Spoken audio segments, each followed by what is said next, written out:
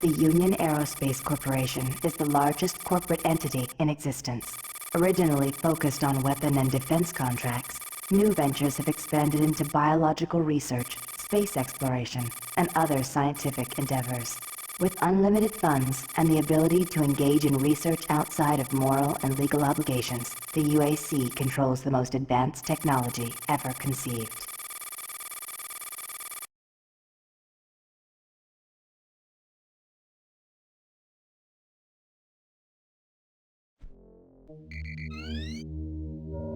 Incoming transport detected.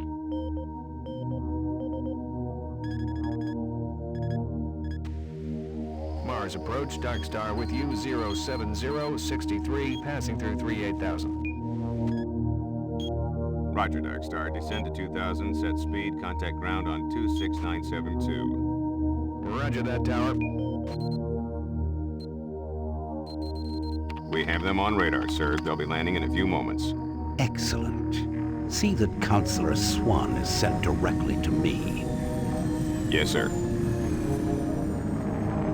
Tower, Dark Star on final.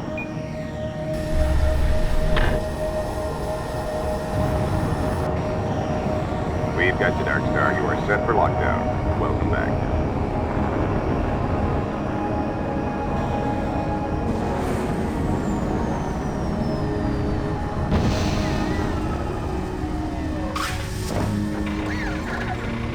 I can't believe it's come to this. I didn't want to come here. He left you no choice. True, but this is the last time. I'm tired of running damage control every time he makes a mess. Right. You're the control. And if that fails, I'm the damage. If that's what it takes, the Truger is going to start doing things our way. Whatever you say, Counselor.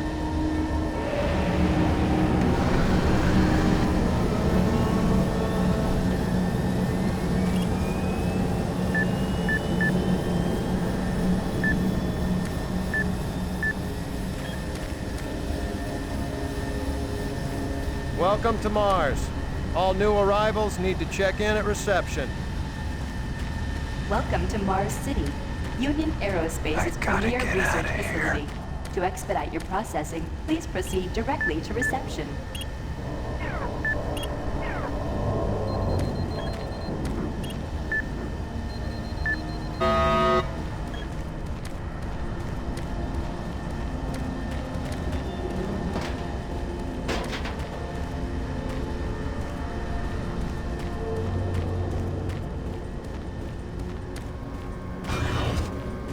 Welcome to Mars, Marine.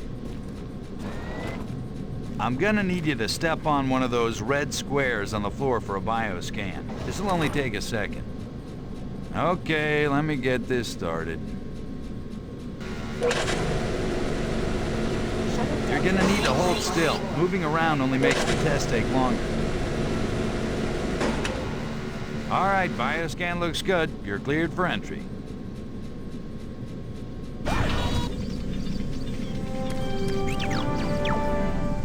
On behalf of the UAC, welcome to Mars City. This facility serves as the central hub for all scientific research, Attention, archaeological Director studies, Banks, and please report to Central Administration. Welcome to Mars. First time? You can just leave your bag there. I'll have it sent up to your quarters. Okay, there's a few things we need to take care of first. This is your personal data assistant. You'll need this to access all secure areas. If you get clearance for any security zones, it'll download directly. It's important, so don't lose it. I see here that Sergeant Kelly has requested your immediate attention. Head directly to Marine Command. It's just that way. Follow the signs.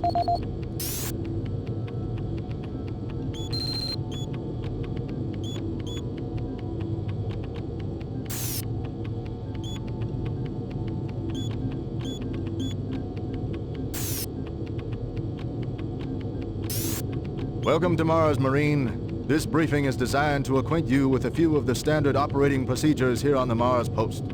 First and foremost, chain of command. All enlisted personnel are under the command of Master Sergeant Thomas Kelly. Sergeant Kelly will assign you to a security detail headed by a security chief. please report to your security chief for all duty-related concerns. While on duty, please stay in your assigned patrol coverage area. All PCAs have been pre-designated to provide overlapping security and maximize efficiency. All personnel must have proper authorization in assigned areas. Be sure to annotate any discrepancies on your security inspection report. Safety is integral to all operations here on Mars. Handle firearms with extreme caution. Never discharge weapons in an area that may compromise the installation's structural integrity. Remembering these procedures is paramount to your success here on Mars. Keep in mind that you represent the greatest fighting force in the galaxy, and your actions are a reflection on the Corps. Take good care, and good luck on your new assignment.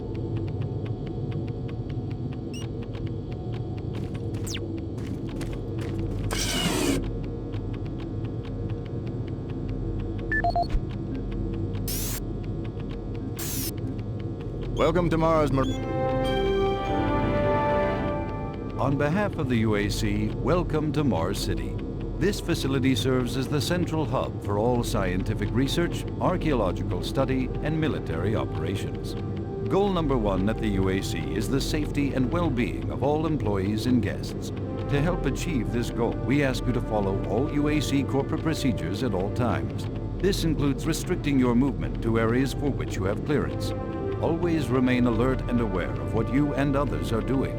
If you notice anything out of the ordinary, or just have a simple question, find the nearest UAC security guard. They are here to help, no matter how large or small the problem is. Our station on Mars provides a perfect blend of work habitats, recreational facilities, and social support structures. This ensures our goal of providing a true home-away-from-home experience for everyone. Keep this in mind as you help us pursue our groundbreaking research that is destined to transform the daily lives of everyone here and throughout the solar system. If you need more detailed assistance, please see your Human Resources Manager. If you are a guest, you may bring up any issue with your appointed UAC liaison. Thank you, and have a nice day.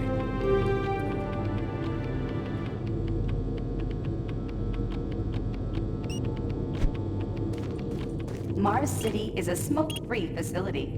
Please smoke only in designated areas. Thank you for your cooperation.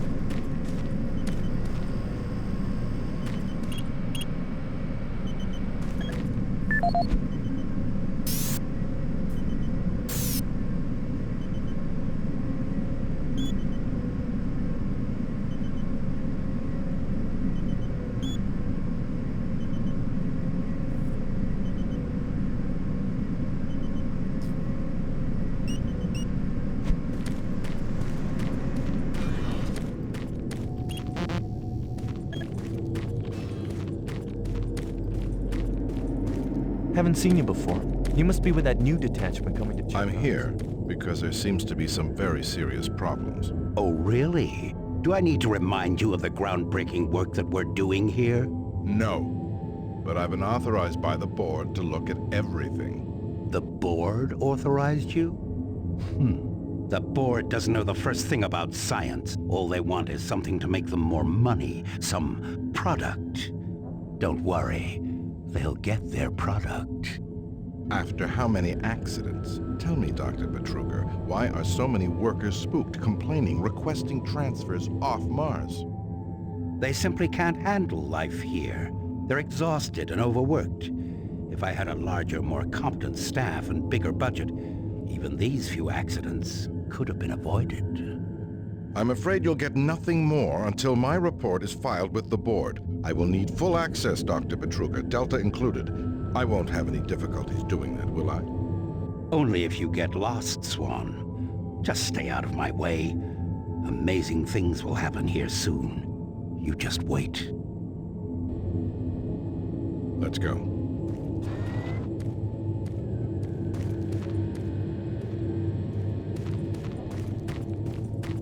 Listen, buddy, you don't have clearance for this area. Move along.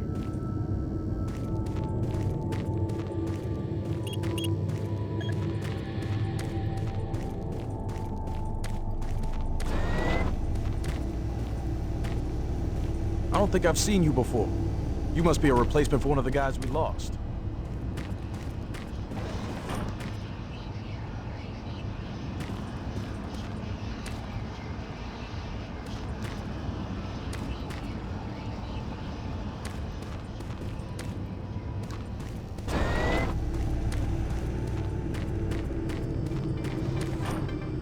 IBN News Network, your universe now. The Union Aerospace Corporation denied allegations today of several reports showing a growing military presence on Mars. A spokesperson stated that increased activity is simply a tactical deployment to outlying planetary sectors. Authorities continue to search for the activists responsible in Monday's bombing of a biomech production facility. This is the audio log of maintenance technician Adam Bernache, dated November 10th, 2145. I fixed the couplings on the heat shields this morning with no problems. I did, however, have another odd experience while I was down there. Miller, shortly after finishing the first coupling adjustment, he said he just I lost distinctly it. heard Shipped home this week. When I went to investigate the sounds, I found No nothing. shit. Checked the work logs, and I was the only person scheduled to be in that area today. That experience, the stories I've heard from these guys over in the Delta labs, make me pretty freaked out. I'm really beginning to hate going down to the underground maintenance area. People down there are a bit off, the mumbling, the weird looks. The whole place is just plain creepy. I'm always expecting someone to jump out at me. I've secured my tools and the busted modulator in the storage cabinet next to the maintenance elevator. Technicians should use cabinet code 396 to access them. End of log. Another newbie. Welcome to the worst assignment you'll ever have. Motivated distress beacon. Critics of the massive corporation someone say new. the Europa It's always nice seeing new faces around here. Yeah, so those suits arrived too. Weird. The UAC must be worried about something. I hear there's been more accidents in Delta. Accidents? That's good. Is that what they're calling them now? Oh, just what the hell is happening over there? Beats me, man. Look, all I do is repair the converters when they blow, okay? That's it. Fine. But what's overloading them so much? I wouldn't ask him if I was you, man. I heard Travis started poking around and he got transferred fast. Attention. Dr. Braddock, please report to Environment Need report to Management Sergeant Office Kelly 4 ASAP. Alpha. He's in Command HQ.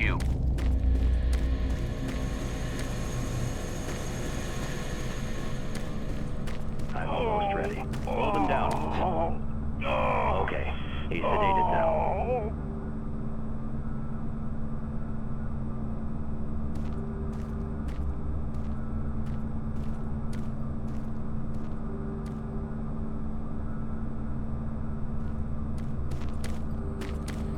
I can't be interrupted now. I've got work to finish.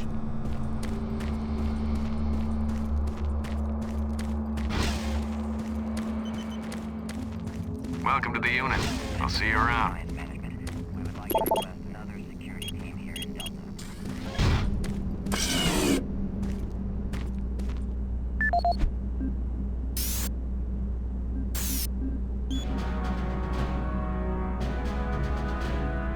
Representing yet another great accomplishment of the UAC, the Series 3 plasma gun is an extremely versatile medium-range combat weapon. Harnessing the exhaustive resources of synthetic plasma, the plasma gun meets the critical requirement of low-cost, abundant ammunition for today's highly mobile military. Capable of sustained firepower due to the latest advancements in plasma injector technology, this weapon's lightweight and high yield make it desirable for most combat scenarios. Always on the forefront of technology, the UAC is making safer worlds through superior firepower.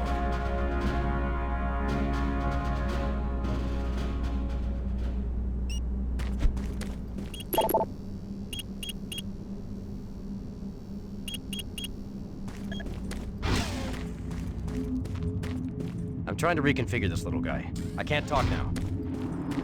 Don't you have some orders you need to be following?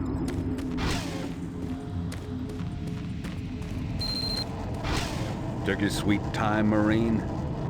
Now, here's the situation. Another member of the science team's gone missing. Since you're the ranking FNG, you get to find him. want you to check out the old decommissioned comm facility. We heard he might be heading that way. The only way there is through the service passage under Mars City. I programmed this sentry to guide you to the maintenance elevator. I hope you follow the sentry better than you've followed orders so far. Pick up some gear at the security checkpoint at the bottom of the elevator. Oh, and when you find him, just bring him back. Do not hurt him. Now move out. When you complete your mission, report back here. Move out. Didn't you hear, Sarge? He gave you a mission. Move out, Marine. No time to talk, bud. We both got work to do.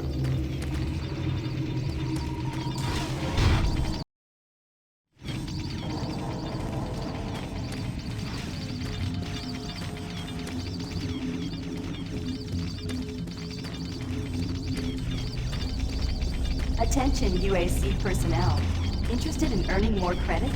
Volunteer at Delta Labs today. See your service branch director for more details. Did you hear what Carter said? No. What? He said this.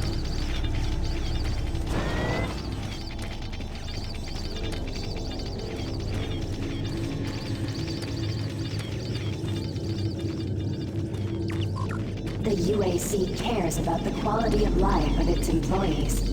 Please take advantage of our quality medical care services.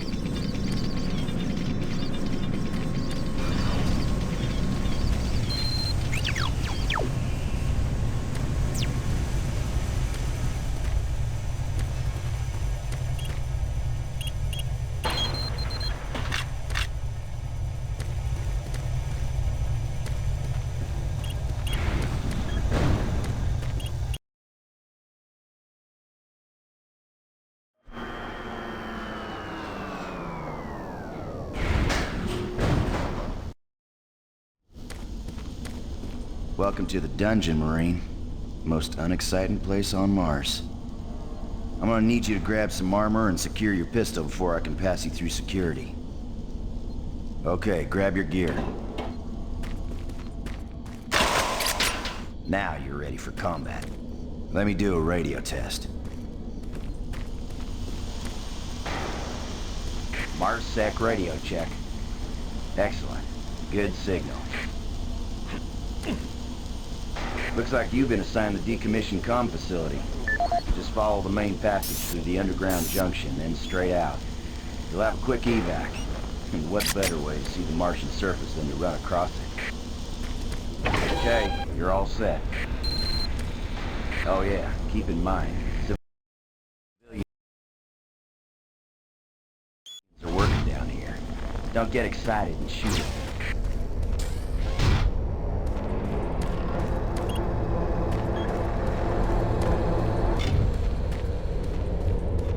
Oh, haven't seen anyone new down this way in quite some time. Welcome to the dungeon. You sure are curious, aren't you?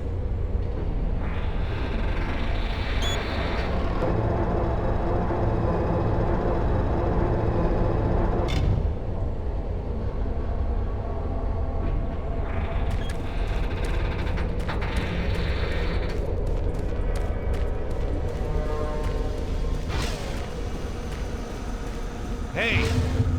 You're looking for the scientist, right? I'm not sure you want to find him. You see... never mind.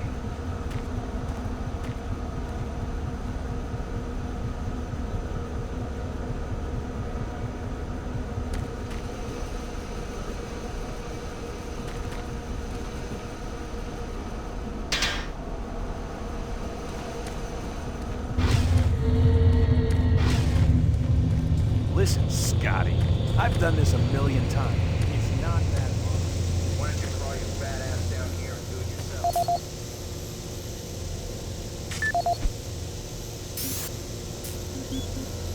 This is Grant Baston, the Environmental Services Supervisor. The date is October 19th. I've been hearing an alarming number of reports on some, unexplainable things. Being on another planet and working underground has always been a little spooky, so we always have the occasional report of strange things. But what is worrying me is the fact that the number of these reports are up by a lot. People are truly frightened. The rumors we're hearing about experiments from the Delta complex are not helping. Power fluctuations aren't helping at all either.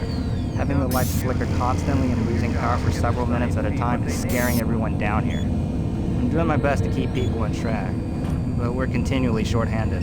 Someone's reporting in sick almost every day. I'll keep my director apprised of the situation, and will continue to log reports as I get them. Jeez! Do you make a habit of sneaking up on people? Everyone's already on edge down here.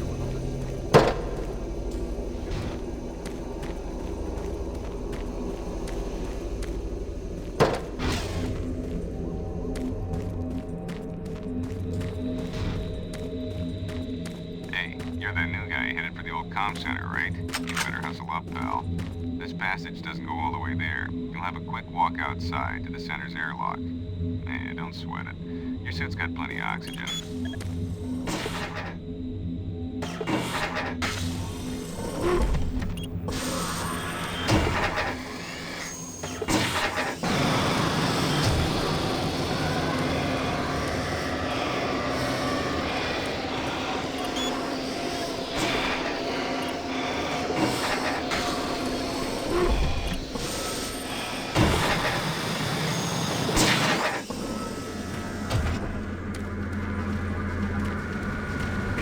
This is Sergeant Kelly.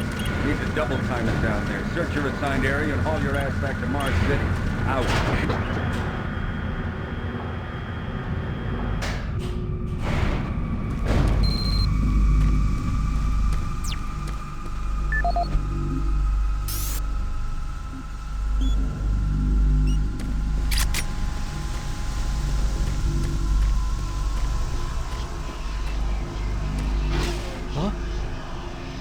No, please. You must let me get this communication out. They have to be warned while there is still time. I can't let... You don't know what I've seen. You can't possibly understand or comprehend. The devil is real. I know. I built his cage. I'm getting abnormal readings here. This is bad. God! I can't hold these levels. Help us! Structural integrity at risk.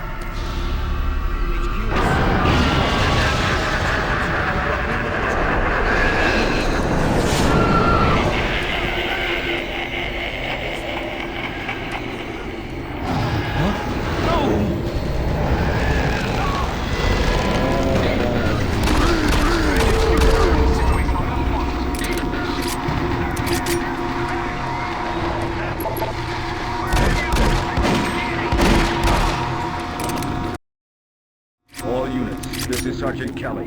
We're under attack by an unknown enemy force. Fall back to Marine HQ to regroup.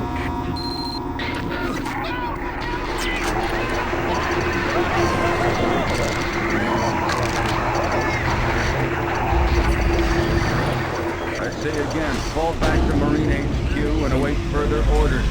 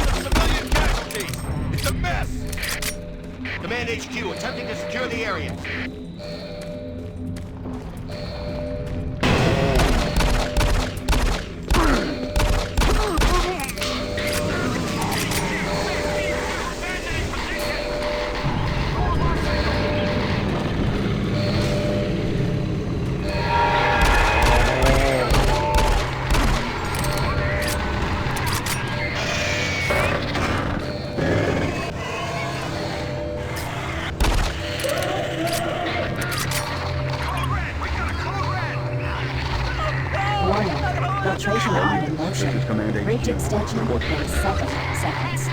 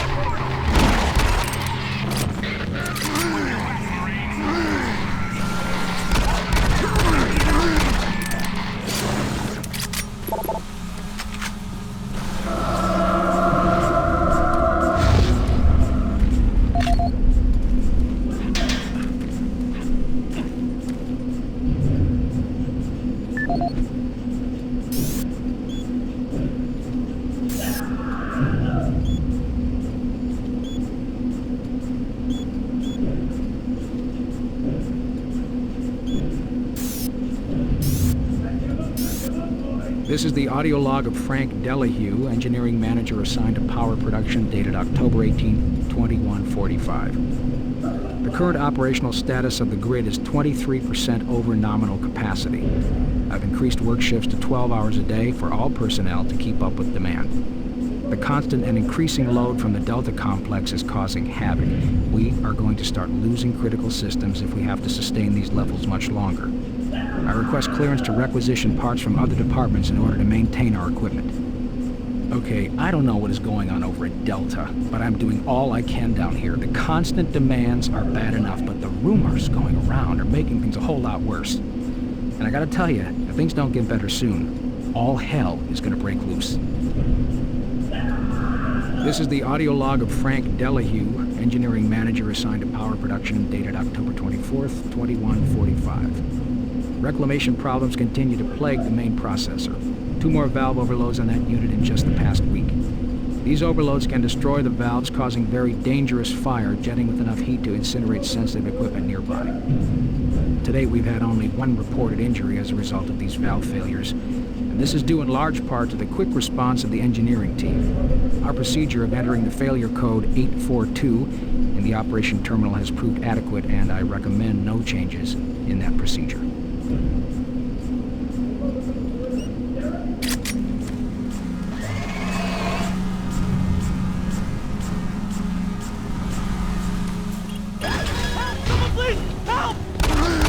Oh, thank you.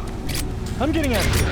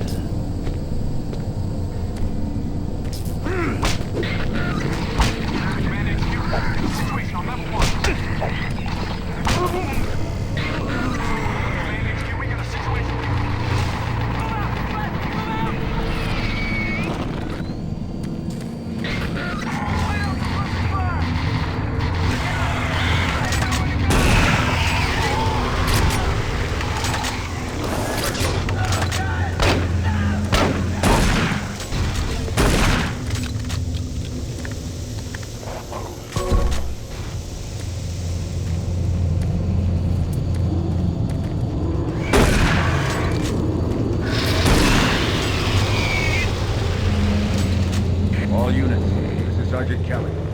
We don't know what we're up against. We have negative ID from the assailing force. They don't have a clear path. Ammo, shatters the stronghold. Keep them at bay.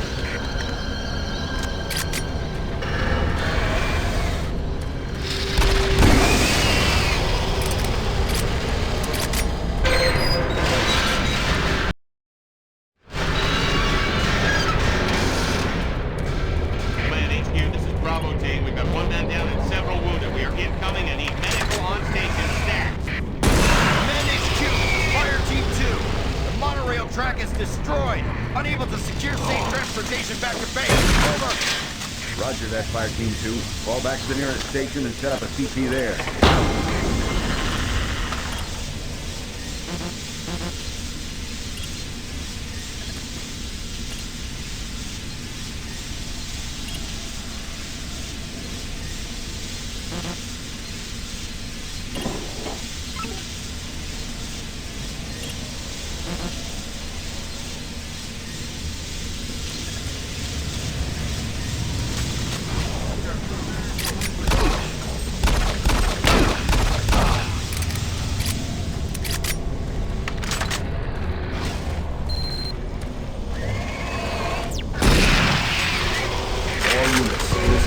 Kelly.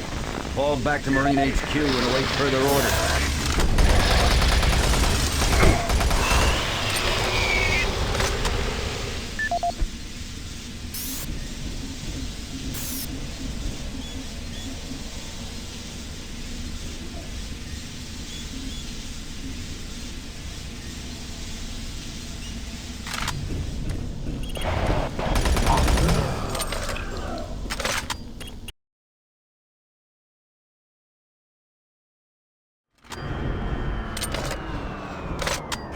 All remaining Marine units, this is Sergeant Kelly. I'm able to reach Mars City from my current position. Move to Marine HQ to regroup and await further orders.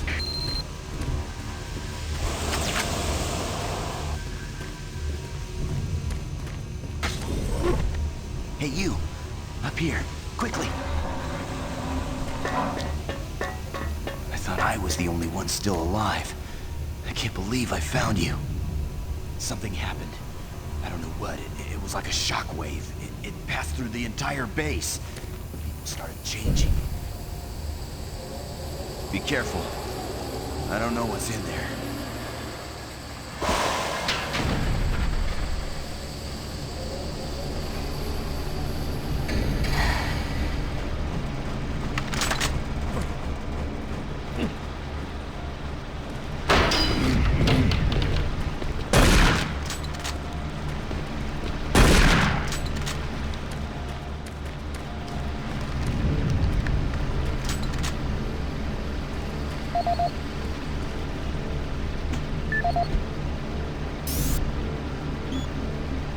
This is Mark Stanton, Manifest Controller, currently stationed at Mars City. I'm not sure who to send this to, so I decided to send it to quite a few people. If you're on the recipient list, please take a moment to review this report. It is quite important. I'm very concerned over the shipping procedures out here.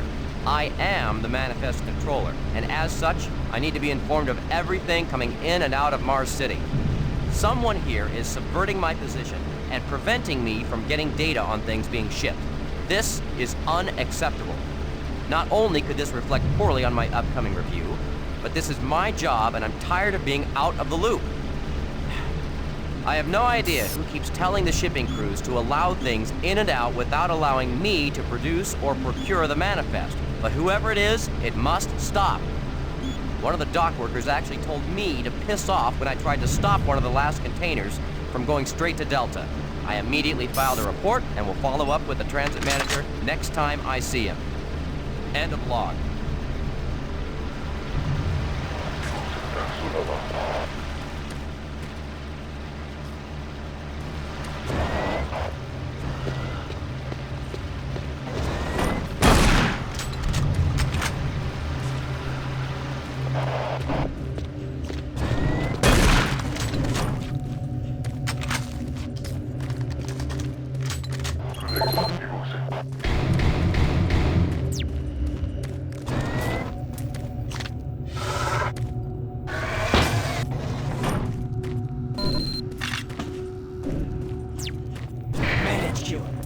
specialist, Wilson. My team is gone. They're all dead.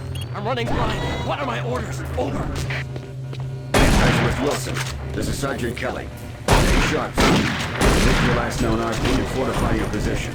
You'll find her.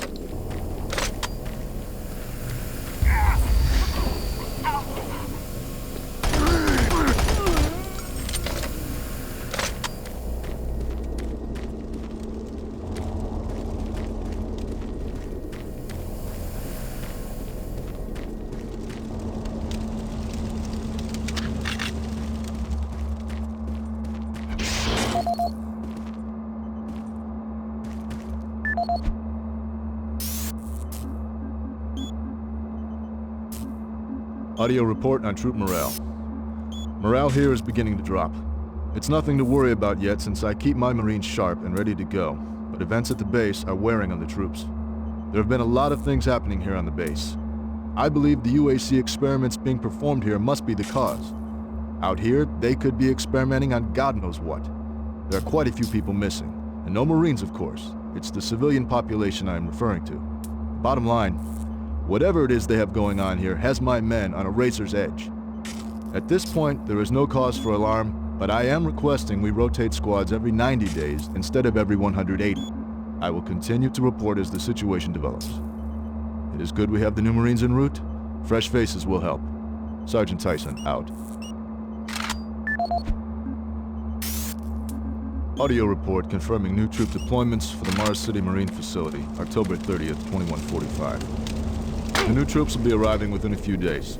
I've started a series of training exercises focusing on close-quarter small weapons combat, as well as instituting mandatory refresher courses on all munitions and weapons in our armory.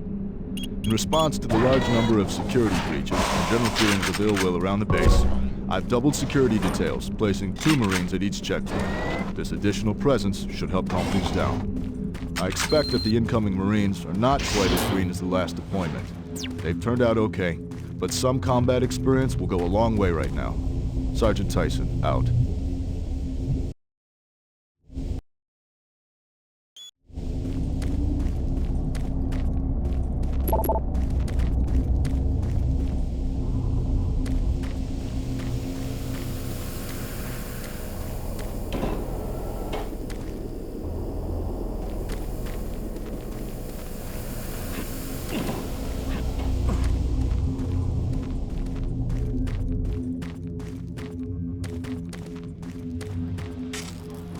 connection established. Marine. I can't believe you're still alive.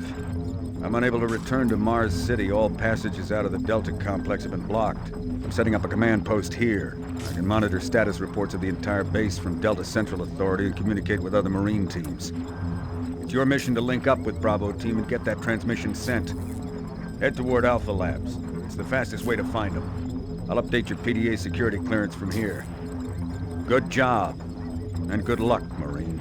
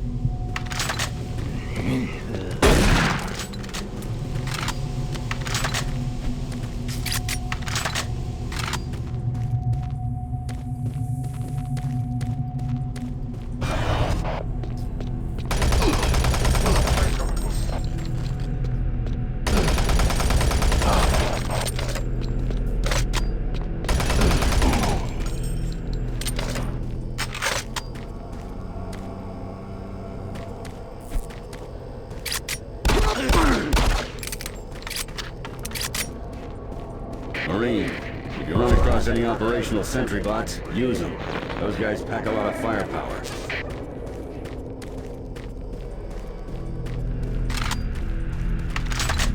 The UAC is here to help you. Psychological services are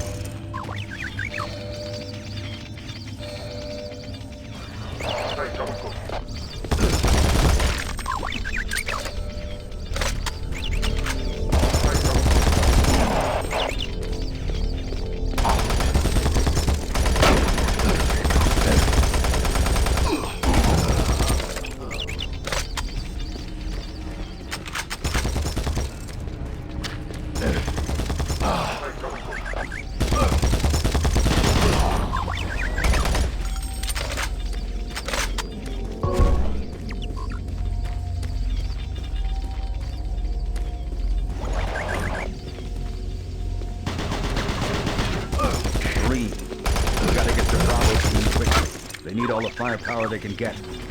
Sending that transmission is critical to our survival.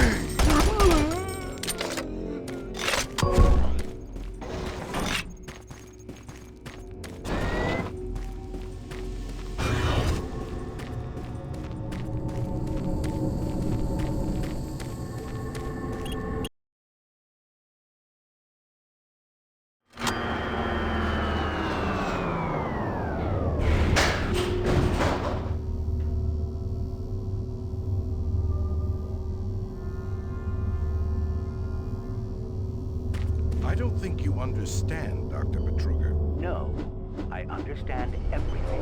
I'm telling you now, Doctor, the UAC is taking over this operation. Operation? Is that what you're calling it? The situation is out of control.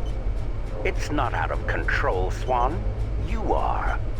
I'll manage this, and you and your flunky will be taking control of nothing. Do you understand? Yes, Betruger. I think I do understand. Okay, Plan B.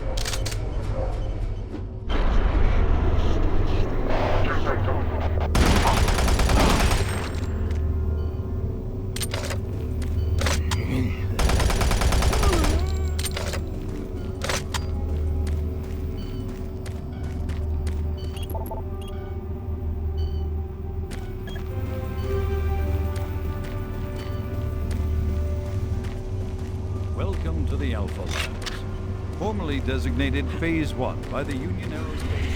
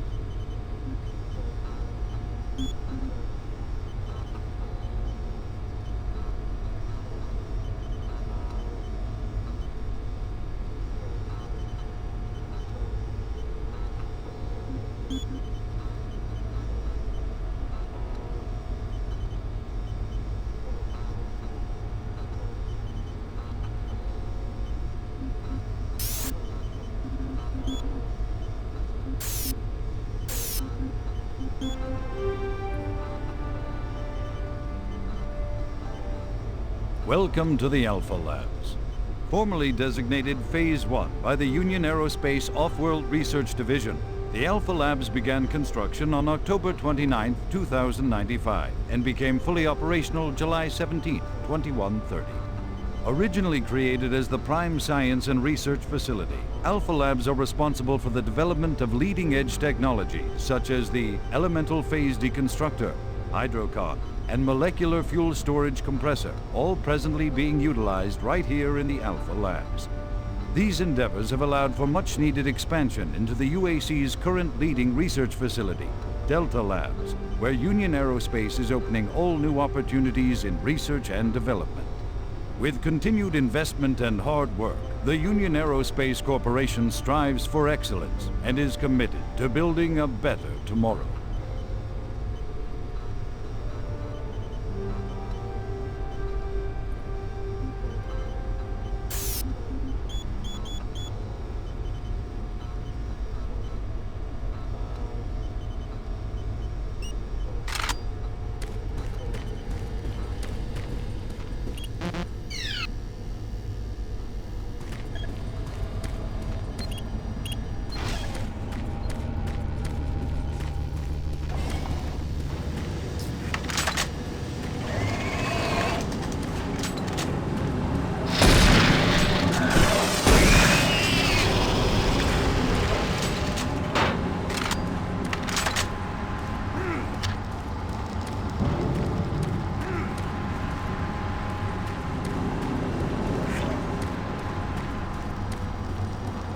Don't stop, buddy.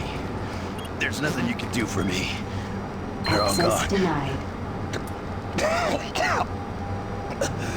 Surprised us. They just came out of nowhere.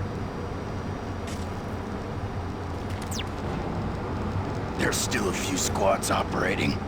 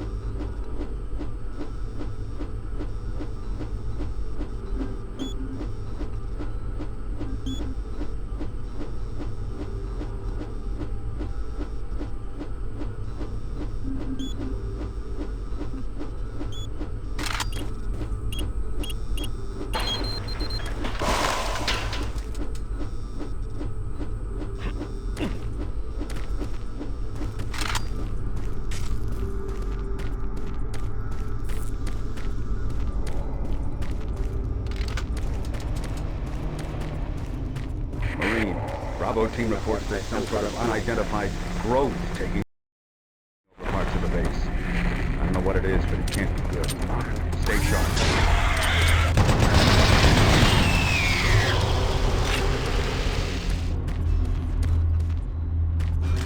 It isn't working.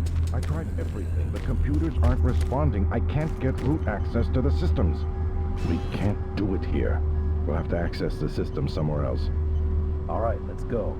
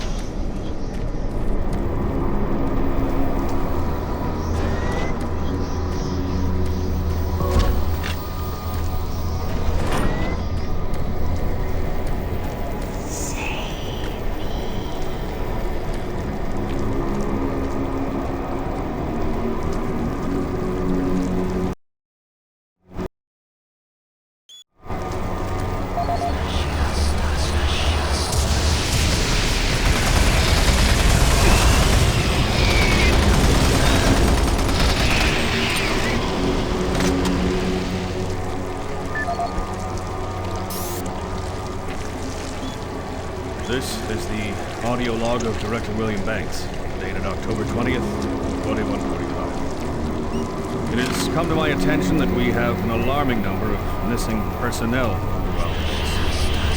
My office has received 4 additional reports from Delta last quarter, mentioning that personnel are not reporting for work. Calls to their quarters have gone unanswered. My office has sent the names of those personnel to Mars City Security, promised to initiate an investigation. But this news is very disturbing, especially at a time when we have so many people in the infirmary suffering from sudden cases of schizophrenia and other psychological disorders. I hope there is no connection between those cases and these reports of missing personnel.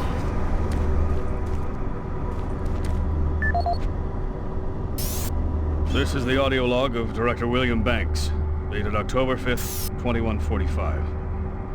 It has been brought to my attention by Environmental Services that the recent power grid changes have caused many non-critical systems to malfunction.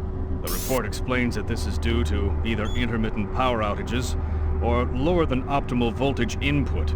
It also says that sufficient power distribution to all non-critical systems is becoming more difficult to maintain, thanks to Dr. Vitruger and his so-called optimizations to the energy stores in and around the facility. I assured the director of ES that I would file a report with Central Authority over this.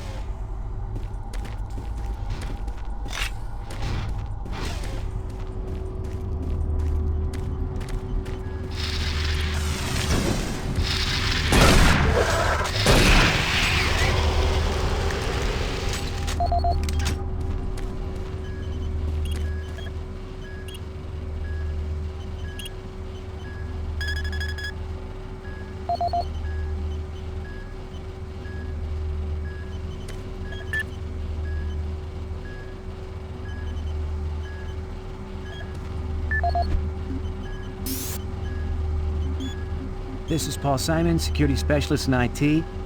Our network security has been breached several times over the last few days. Now, it looks like it may have been going on longer than that, but whoever did this really knew what they were doing. They covered their tracks really well. I just happened to notice some log anomalies, or it would still be going on. The intrusion came on an encrypted carrier signal from the Delta complex. They piggybacked the virus on one of the supercomputer requests and it peeled itself from the data stream once it was inside our firewall.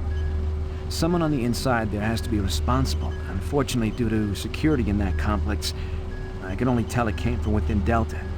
There's no way to identify which machine or even which lab it came from. Whoever was in our system had access to all personal data, including medical reports. My team will be monitoring the network closely in the next few days, looking for anything unusual. End of log.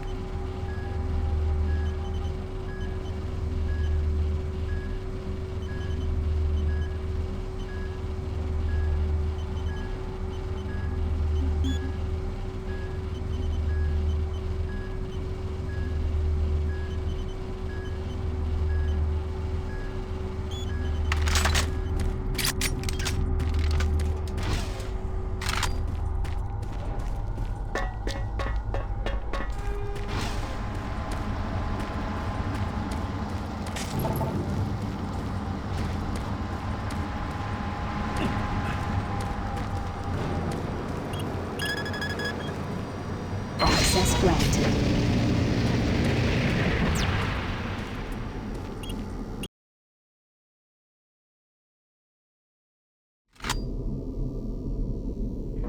Marine, I've received a report that you haven't reached Bravo Team yet. You need to pick up the pace.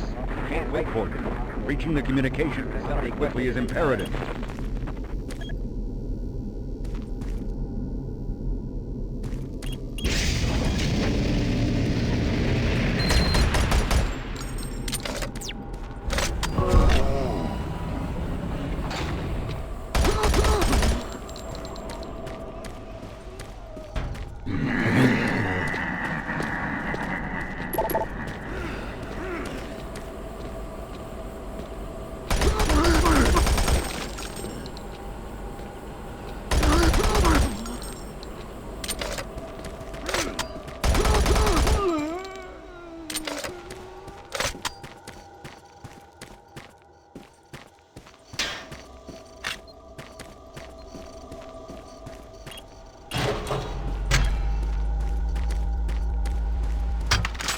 The UAC takes pride in its safety record.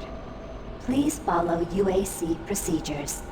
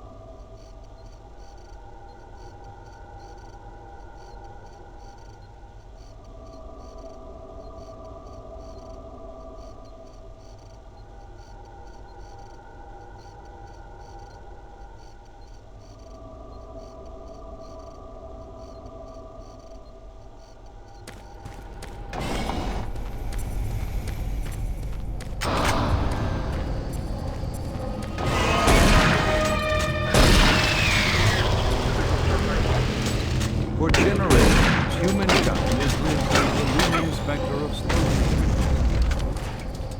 Our new ventures on planets like Mars have only intensified our need to find fresh sources for metals, petrochemicals, food, water, and even air. To meet that need, UAC researchers have developed dramatic solutions that will soon pay off for the UAC as investors and indeed the entire human race.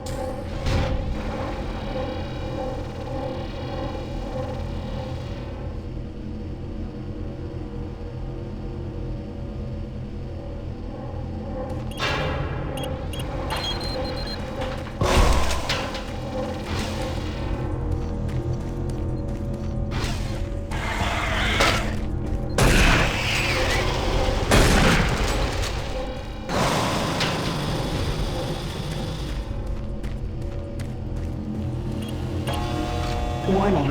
EPD laser active.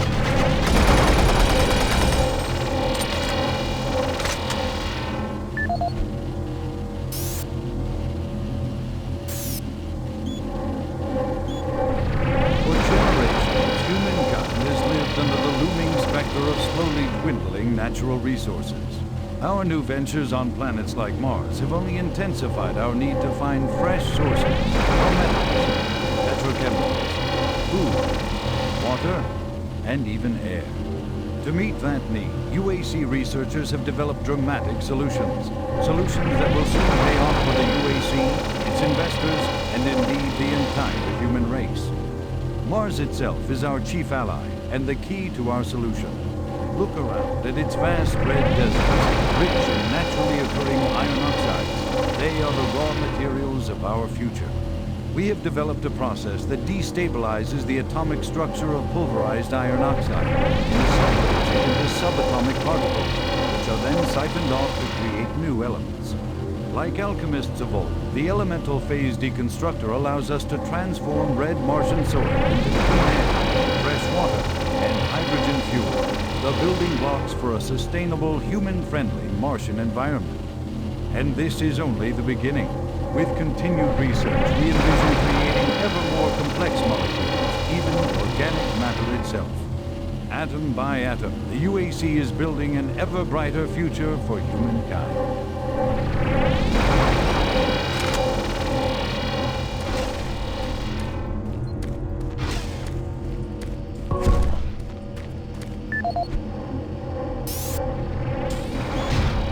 Audio log for Kyle Berger, research supervisor for the EPD project. The elemental phase deconstructor is fully operational, and the research data we have gathered so far is very impressive. Unfortunately, we had a terrible accident last week. Research assistant Patterson was calibrating one of the quark emitters in the chamber, and witnesses say he appeared to see something. It was almost like something was talking to him, and he backed right into the particle beam. It was not a pretty sight, as it took off the backside of his head. He lived a few minutes, although I'm not sure you could consider that living, but they say his eyes rolled back and forth, and he was trying to talk, although after losing that much brain matter, I'm sure it was his reflex actions. Anyway, due to this, I have enacted new safety protocols in the lab, and we have stocked one of the storage cabinets with emergency medical supplies. The code for the cabinet is 752. End of log.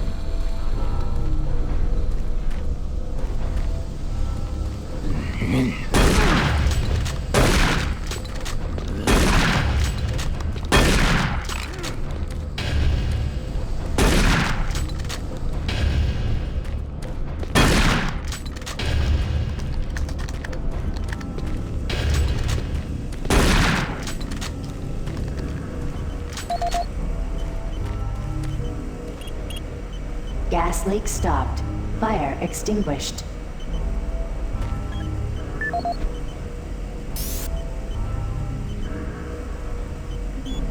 Audio log for Jack Smith, benefits analyst in HR 1024-2145. I just went through another batch of accident reports from the science team. We've had 5 more people hurt this week while working with the equipment. The most serious incident was one John Hughes, whose hand was caught in one of the plastic extrusion systems. He was performing maintenance on it and states that he unplugged it and had the safety key in his pocket. It managed to activate without an apparent power source and shredded his arm up to the elbow before someone got him out. It's been reported that the machine is still running and we can't shut it down. The cost on that incident alone is enough to raise the red flag, but this is just one in a pile. We're going to overrun our budget on benefits payout this quarter. And while it's not my department, I have to assume that the new equipment budget is going to be blown out as well because, according to these reports, the equipment's breaking down on a daily basis. Please mark this for review at corporate. End of log.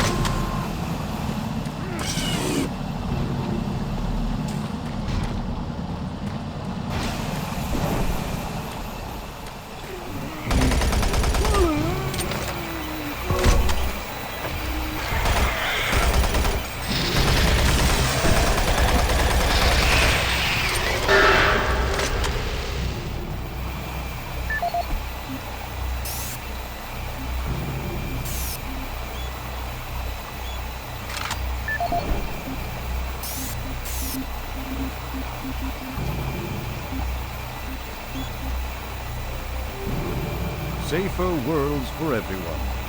For centuries, people on Earth have waged war over two things vital to human existence: fuel and water. As part of its ongoing commitment to create safer worlds for everyone, the UAC recently unveiled its development of the Hydrocon. Though still in its prototype stages, the Hydrocon will, in one dramatic move, forever end all shortages of water and fuel. By splitting iron oxide molecules, the Hydrocon produces oxygen and hydrogen cheaply and safely without the need for large amounts of electricity.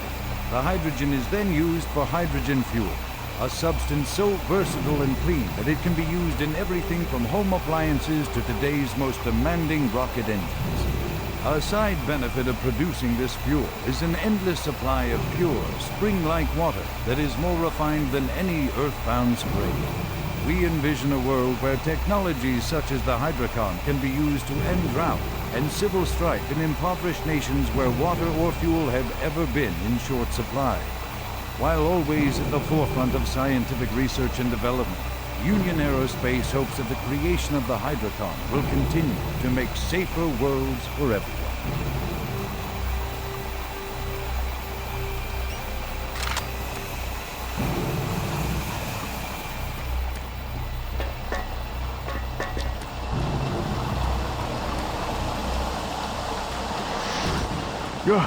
Oh, he startled me. Man, am I ever glad to see you. I thought I was all alone. It's been freaking spooky lately. The Hydrocon's blown a few circuits and is unstable. Be careful of that gun. A stray bullet into the glass shields could blow the whole area. I'm gonna try and get this thing stabilized. I'll head to the science office when I have this under control.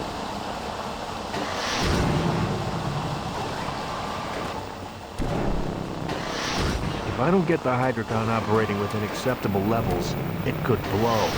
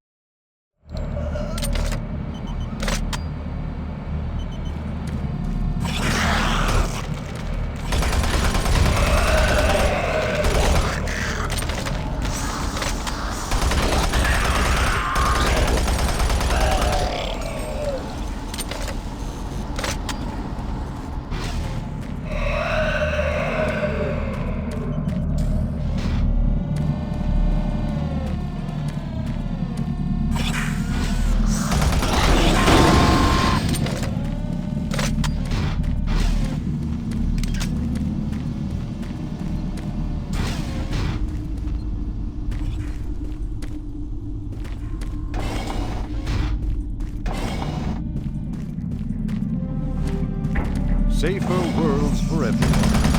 For centuries, people on Earth have waged war over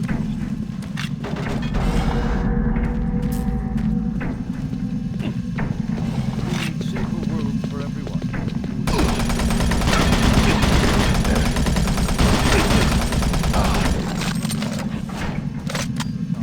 In one dramatic move, forever end all shortages of water. Molecules. The Hydrocon produces oxygen and hydrogen cheaply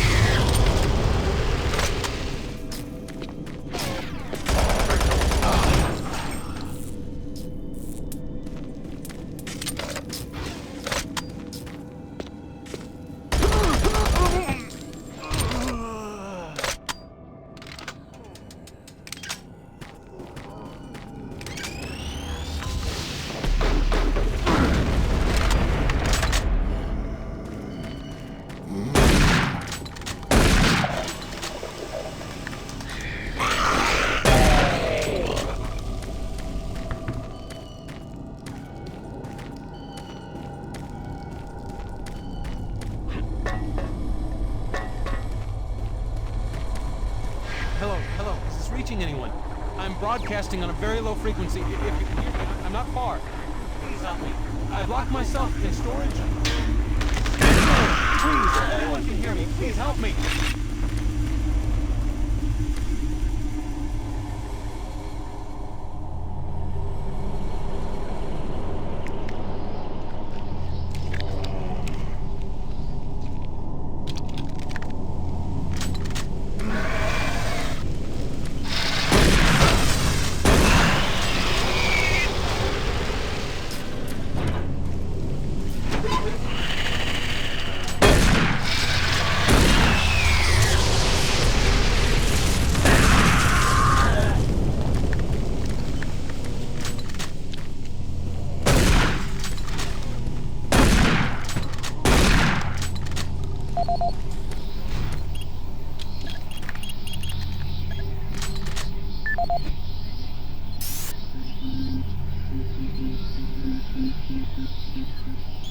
Audio report regarding the disrespectful treatment of new research staff, September 14th, 2145.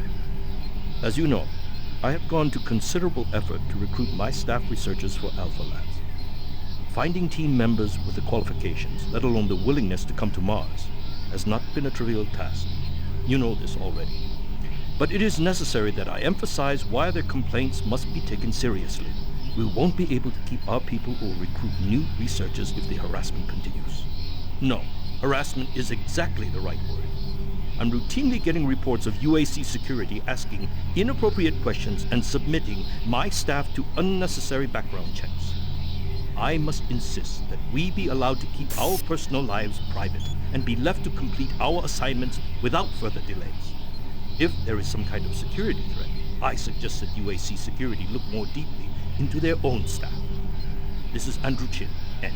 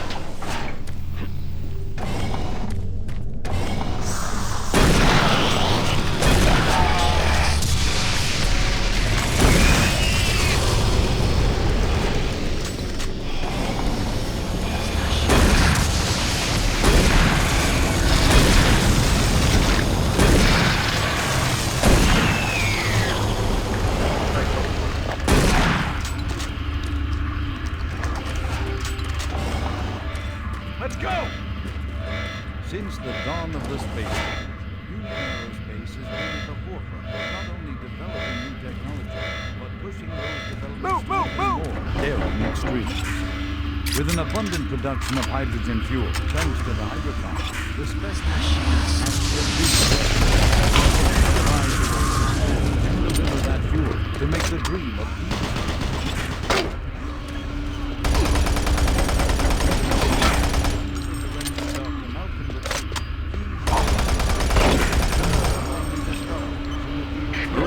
Bravo team reports they've located your position but are unable to move to your current location. Head through engineering and try to link up with them in Sector 3. Our interplanetary anti-matter drives.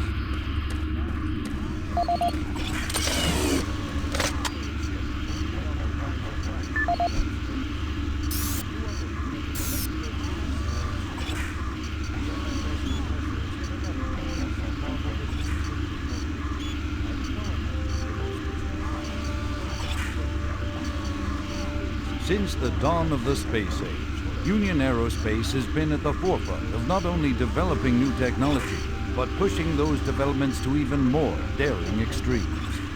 With an abundant production of hydrogen fuel, thanks to the hydrocarbons, the specialist teams asked the big question. Can we devise a way to store and deliver that fuel to make the dream of deep space research a reality? The answer has been a resounding yes. Under the direction of Dr. Malcolm Betruger, key UAC scientists have made startling new discoveries in the fields of quantum physics. And with them, they have been able to use the actual space between electrons and protons in a molecule as a storage medium for fuel in our interplanetary antimatter drives. Now, fuel that would once take up half the payload of an interplanetary ship only occupies a fraction of that space. You are looking at the Molecular Fuel Storage Compactor. The MFS compressor is yet another UAC marvel that brings the dream of reaching and colonizing the most distant planets closer to a reality. The UAC has long made safer worlds for everyone, and now they will bring those worlds even closer than you could ever imagine.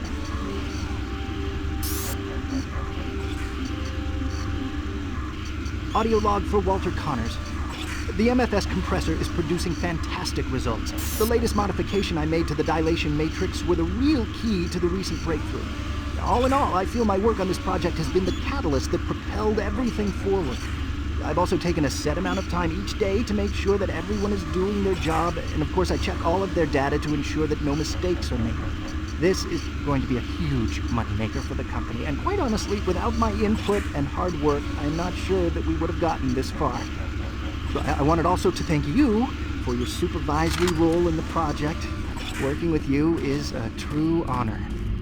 Just remember me in the end of the year reports, as I'm certain I deserve a promotion.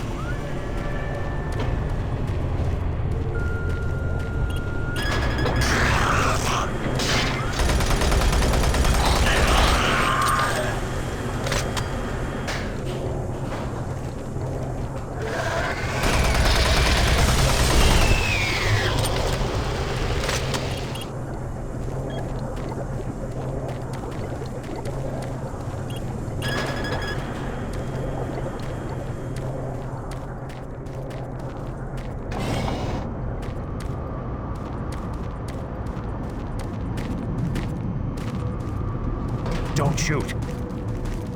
I can help you. The lights are all out. I'll lead you through here if you can get me off this base.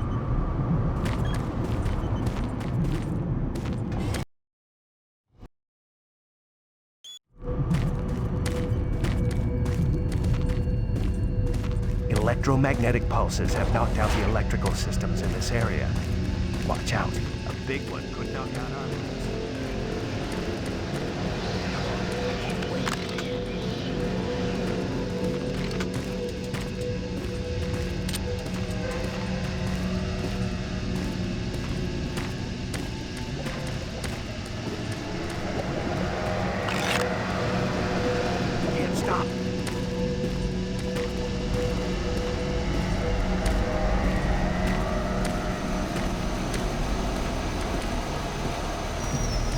There's one.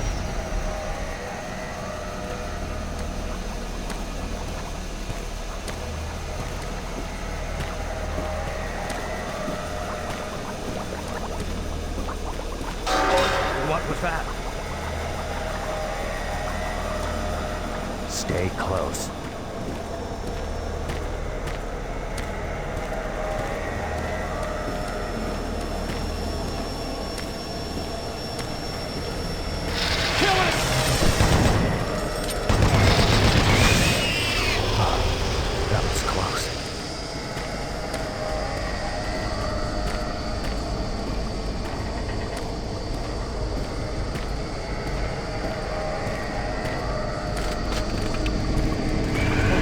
Don't let it get me!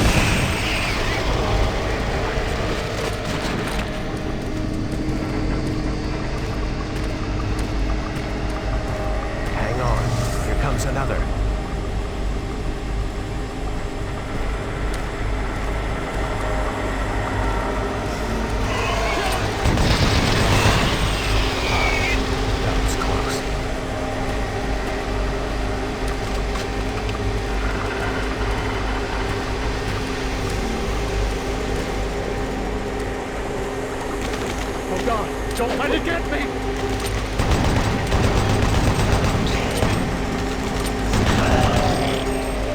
Thank God it's dead.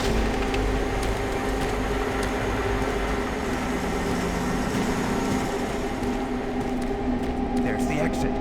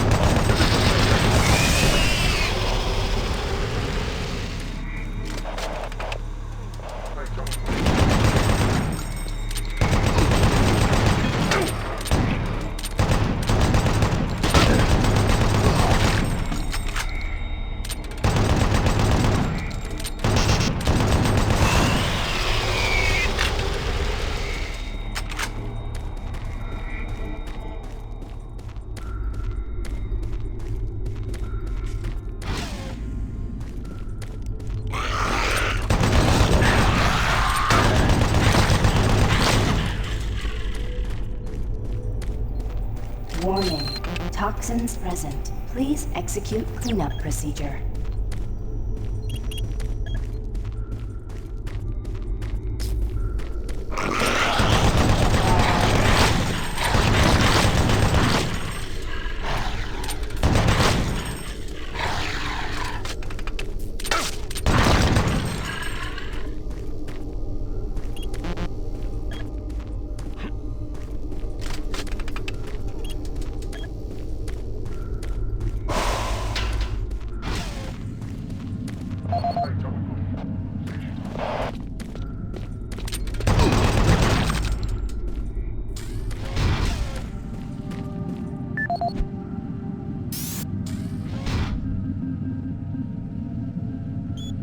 This is Operations Coordinator Mark Lamia. dated November 1st, 2145. I am filing this report because I am frustrated beyond belief by the level of incompetency I have to deal with here. I don't know where HR is getting the new employees, but the last 5 guys they've sent me were all a bunch of idiots. They can't get any of their work done on time. I constantly have to keep an eye on them. They work slow, they don't follow any of the standard operating procedures, and they can't even remember basic things that I tell them. For example, I changed the cabinet door codes here to 1, 2, 3 because I thought that was easy enough to remember, but they still forgot. Don't understand why HR can't get me better people. I'm requesting full authority to hire and fire my own employees. It's the only way I can run my department smoothly. End of log.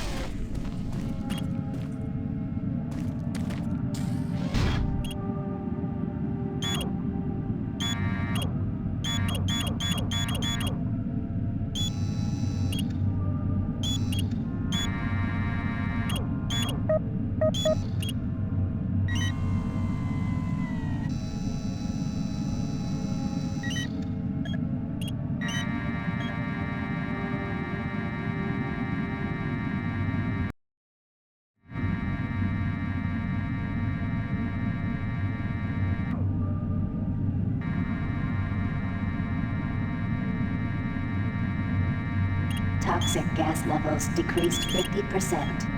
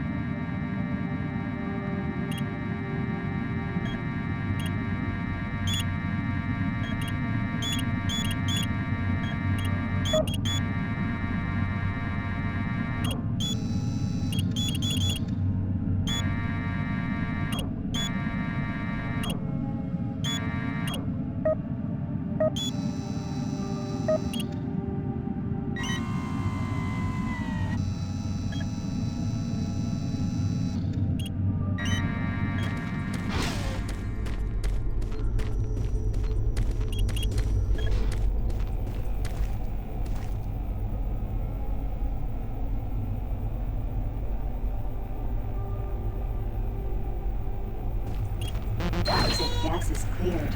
Waste disposal area now safe for entry. Hurry, we gotta pick up the pace. We got more men down. Bravo team is barely holding their own.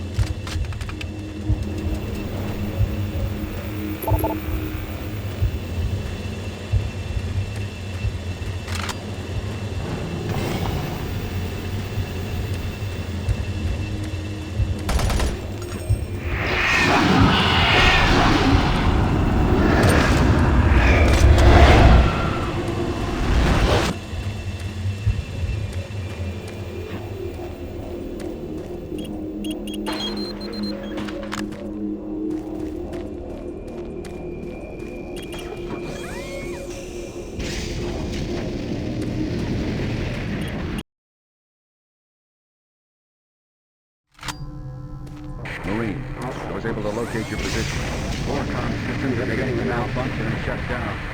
Massive service disruptions throughout the entire base. I don't know how long I'll be able to track it. Bravo team has just entered the end program. Pick up the pace. You aren't far behind.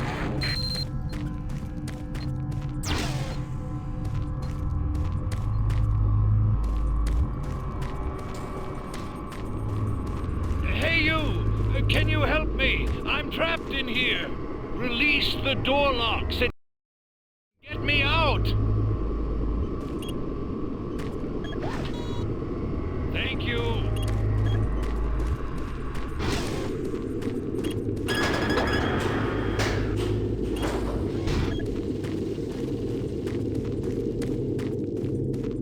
Thanks for getting me out of there. I got trapped in the chamber when the power went out. I don't know what's going on here. I don't understand why none of the systems are responding. I'm going to try to get an uplink into the main system. This is a secure terminal. I might be able to get a connection.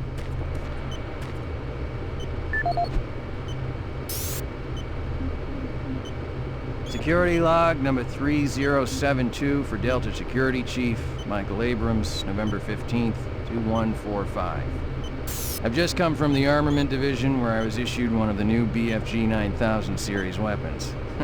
Well, they weren't kidding about how much lighter it is over previous prototype models. Won't be so bad carrying this one around. Anyhow, for a couple of weeks now, many of the security teams have not been following proper reporting procedures. Not sure if it's the format of the new SIR, so I'll make sure each team is scheduled by Training Division to get spun up on the new reports.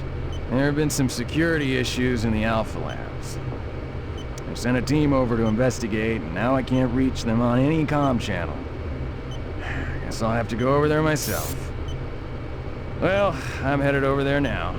I'll finish the security report in full when I get back. Oh yeah, one more thing. I'm gonna leave this BFG locked in my office for now. Please have IT security change my door code to 901. Sure as hell don't need anyone messing around with it. Chief Abrams, end of log.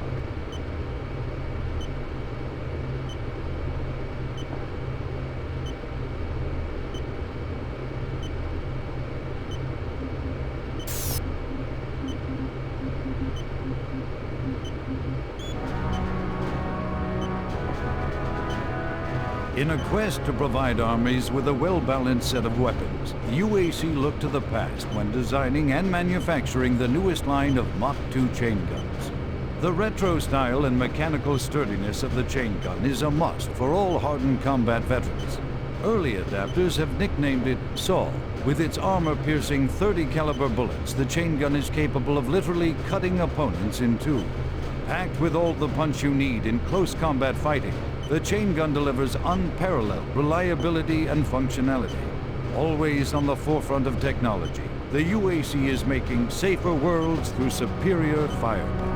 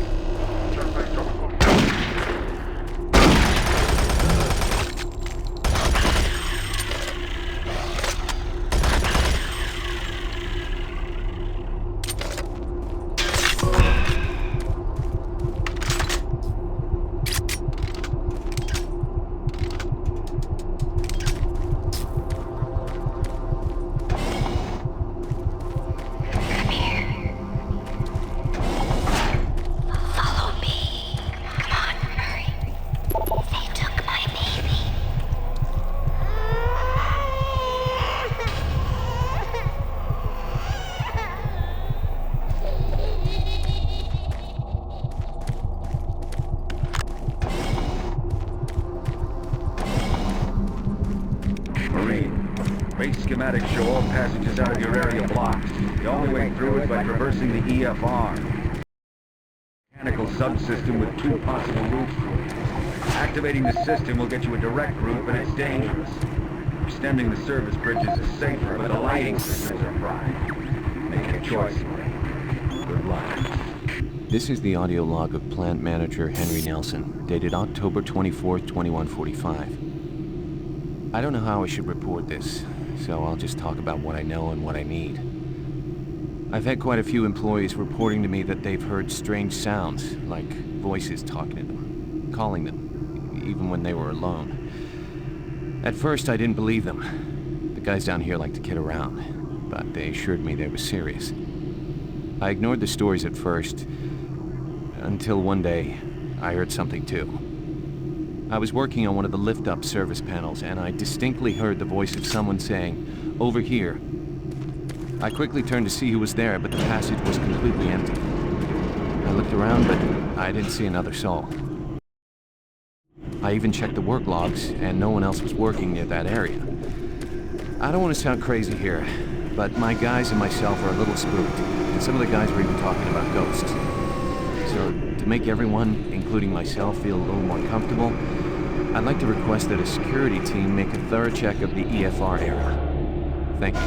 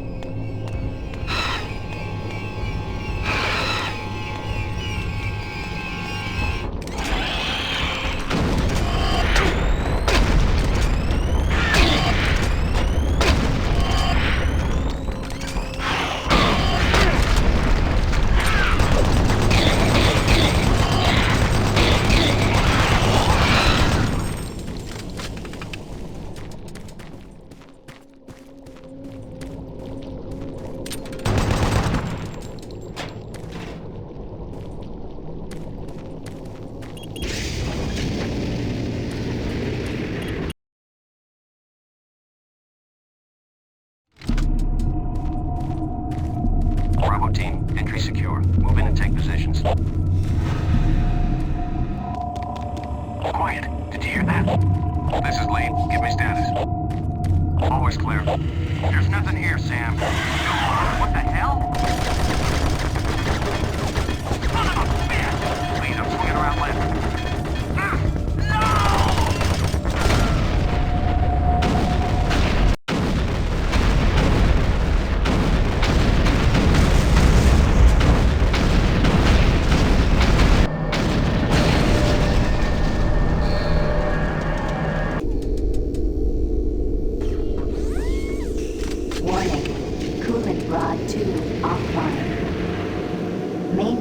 Operation temperature exceeding safe limits. Marine, Bravo team is down. Their operational status is unknown. They were carrying a military transmission card. Vital you retrieve that card as it contains the coded data needed to send the distress signal to the fleet. The last hope for transport. Find that card and find it fast.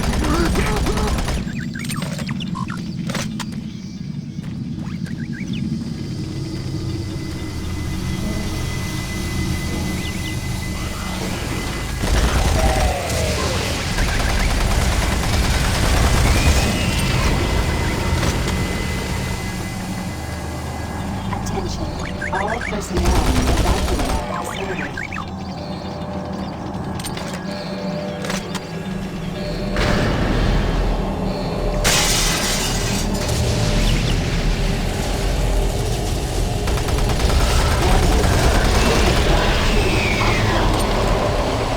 Main reactor operation temperature exceeding safe levels.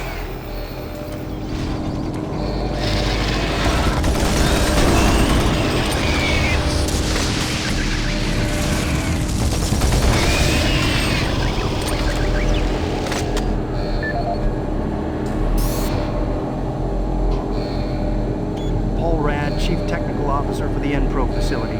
During my weekly inspection of the coolant system, I discovered yet another safety violation. As I've stated repeatedly, our service manuals must be followed to the letter. Now, this includes changing back filters for the coolant system on schedule, not when maintenance gets around to it. As you know, unclean back filters will create pressure inside the coolant system's release tubes. Even a minor disruption in a release tube can dislodge or destroy its coolant rod, overheating the core, possibly sending the entire facility up in smoke. Now, let me be clear. If I see this again, the team responsible will be transferred to sewage treatment before the day is over. Paul Rad, Chief Technical Officer for the N-Pro facility. I appreciate UAC's concerns following the number of stress-related illnesses spreading throughout the base. However, I don't understand why we require such a large detail of armed security bots in N-Pro. Now, you may disagree, but I trust my team's mental condition far more than whatever programming is running inside those bots. Which brings me to the reason for this report. Today, one of my best engineers, Patrick Thomas, was nearly shot when a bot refused his clearance. That's right, shot. Luckily, a nearby team from maintenance caught up to it and smashed it with a pipe wrench before it could chase Pat down. Now, it'll be days before he's ready to return to work, and I don't think he'll ever get close to one of those bots again. Our jobs are difficult enough without needing to avoid getting shot. We're going to be treated like prisoners. I respectfully request to afford us the courtesy of being guarded by people instead of machines.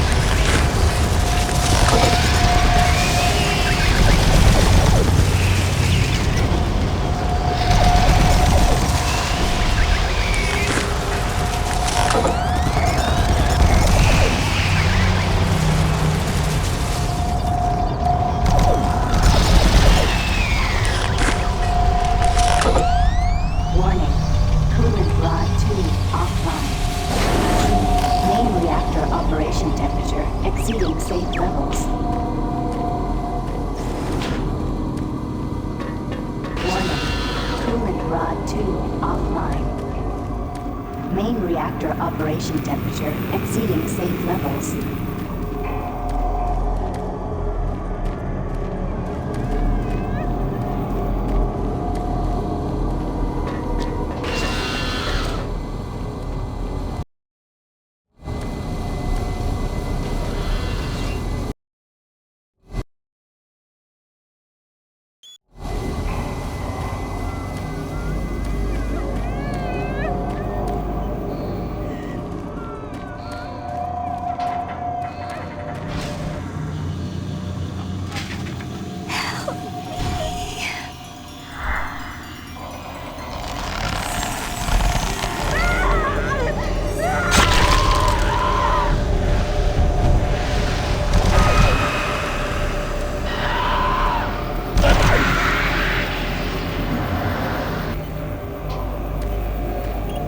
Service bridge now operational.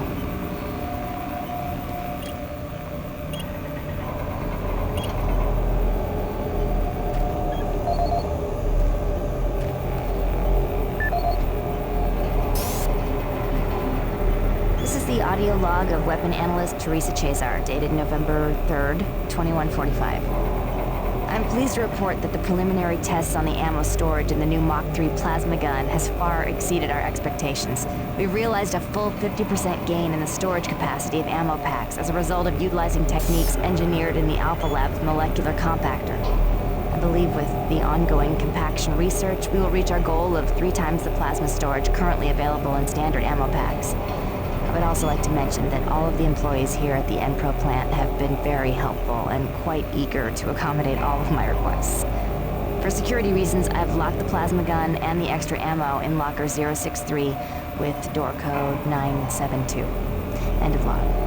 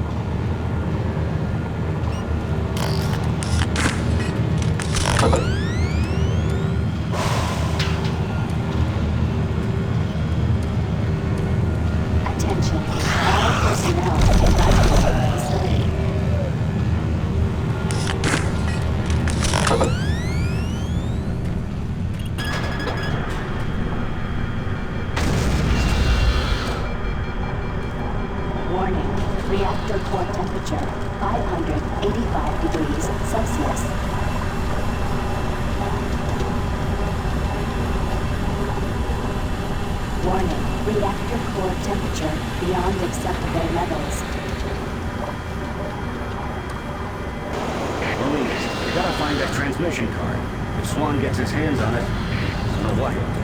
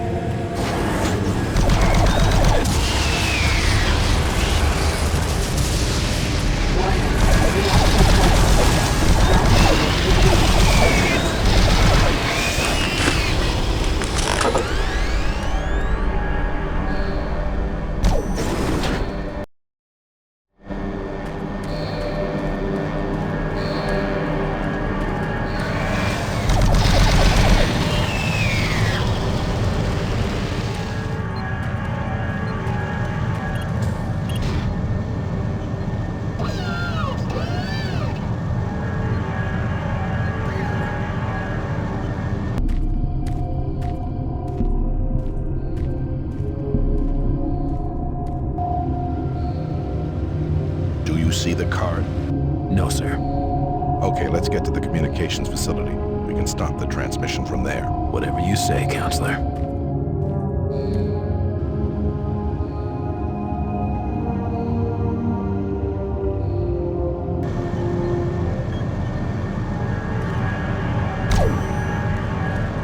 Coolant drive 2 online.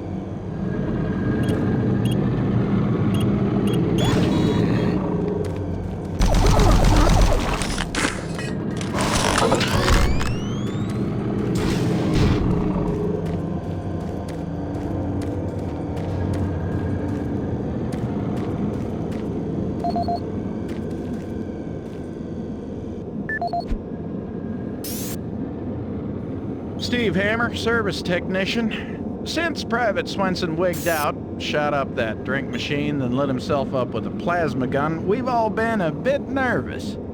All of us in maintenance knew he was losing it.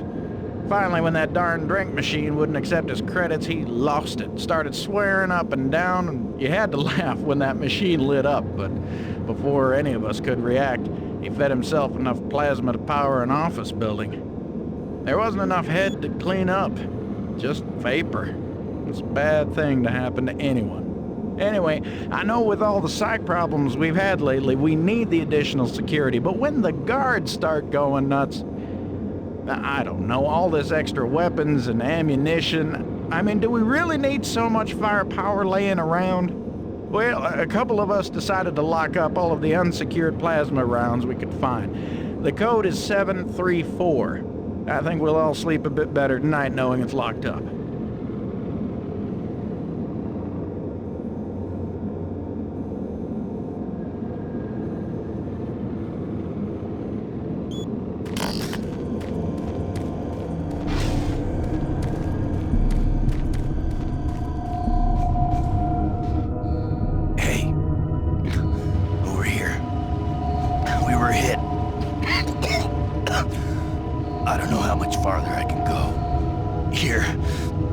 Transmission card. We can't stay here.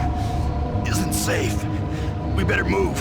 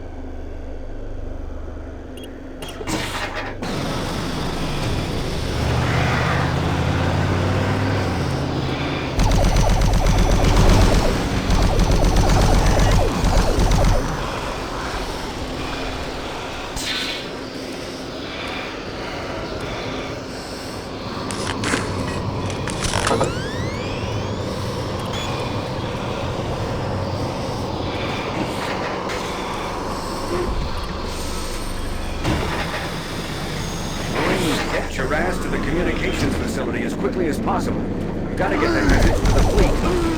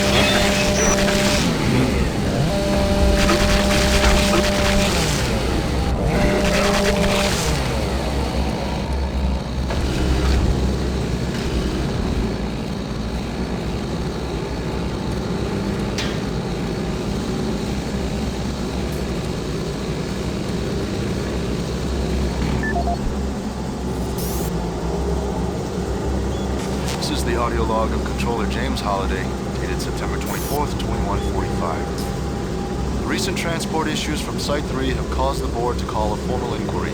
We'll study weight limits and suggest better ways to provide protection for Site 3 artifacts. Our equipment... Damn it, these PDAs, does anything work with this? Finish this later.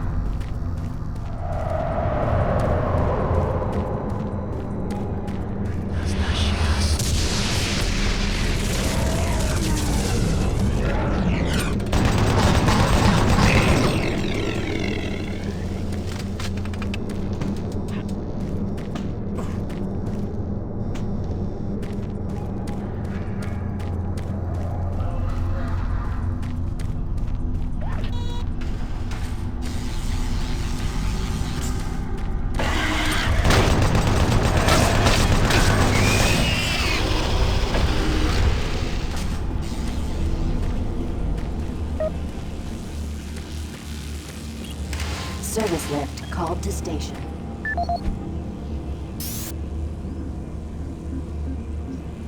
This is the audio log of Officer Ron Ridge dated October 16, 2145. Recent transport tunnel accidents are causing major headaches for both supply and maintenance. Each accident causes an estimated 1 to 3 hour delay in what are mostly time-sensitive shipments. It's becoming evident that certain junctions need safety adjustments as well as recommitment to driving safety by all personnel. The MPRO to Comm Center route has shown the biggest increase in accidents over the past 6 months. Safety signs and improved lighting are needed throughout the main junctions over the stretch of tunnels and paths. Absolutely, no recreational vehicle passage should be allowed during peak hours. All personnel should use monorail travel and options to keep cargo shipments slow and smooth.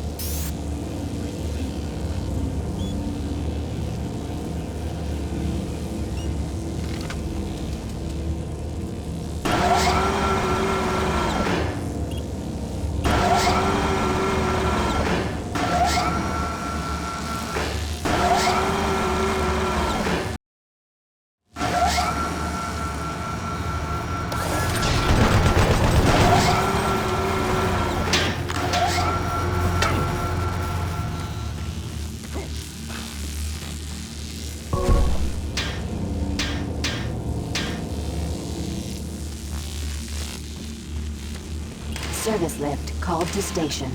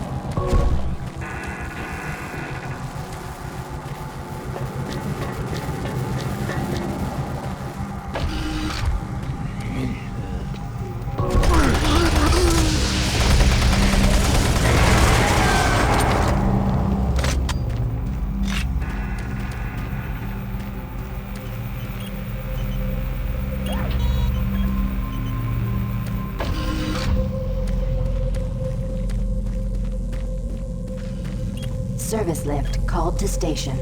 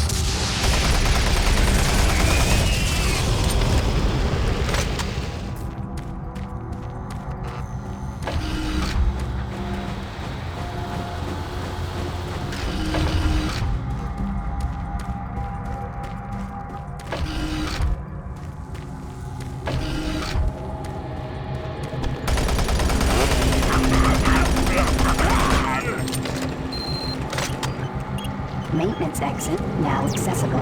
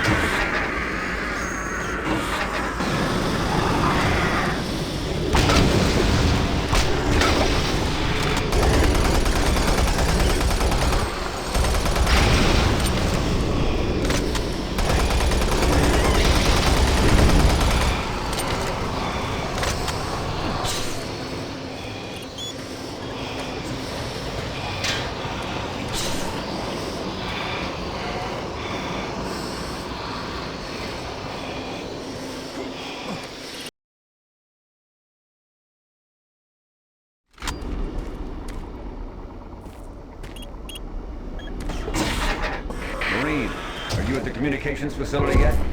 You gotta get that message to the fleet now. Watch out for handle up what happened. I gotta move on.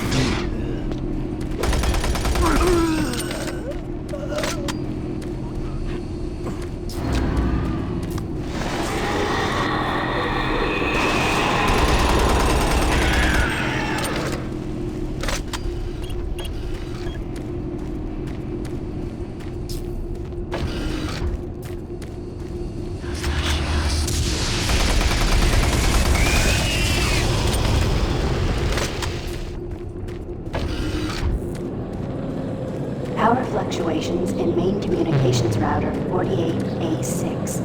Attempting insulation reroute.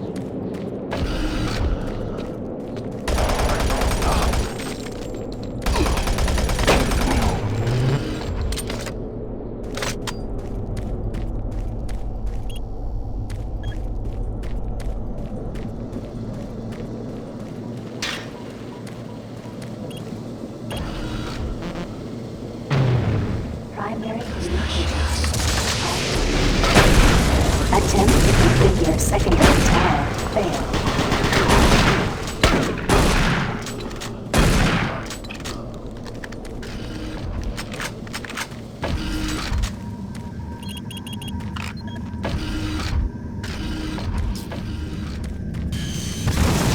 Communication system overload. Communications shut down.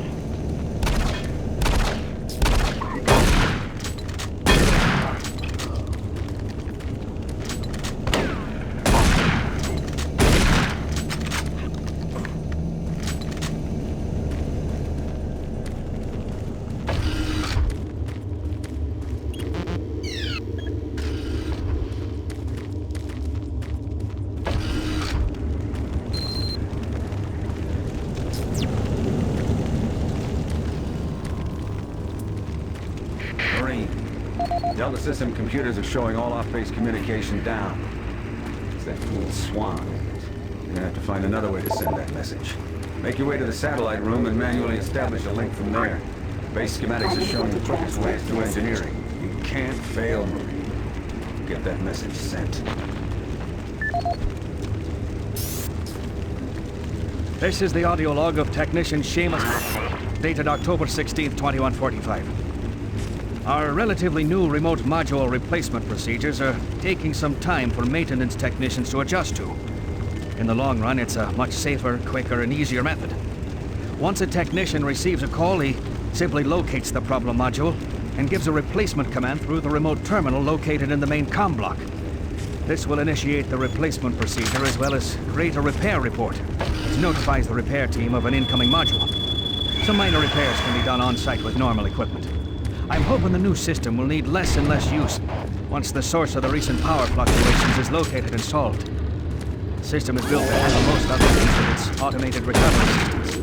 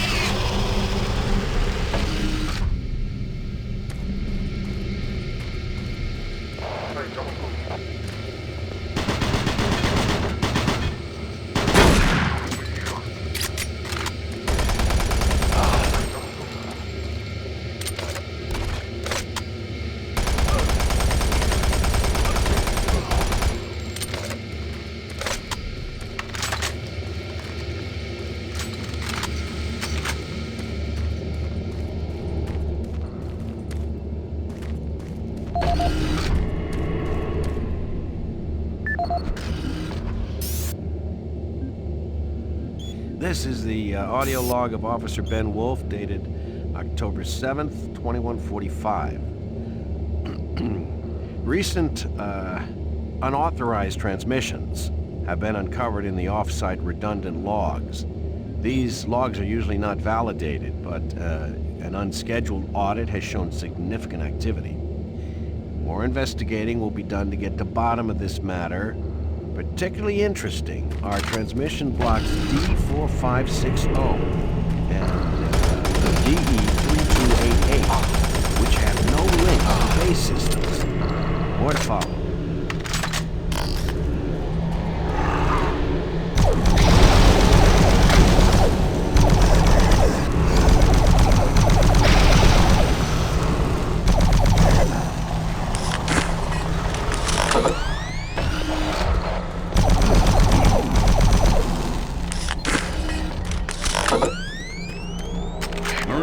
I believe the source of the invasion was from the main portal here in Delta. After you send that transmission, get here as quickly as possible.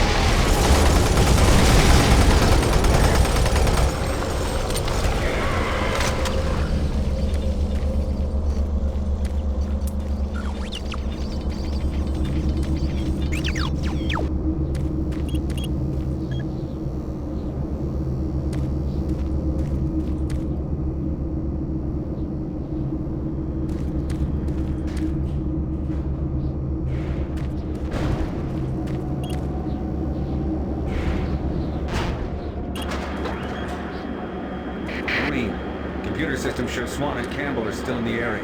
Watch out for them. And get that transmission sent.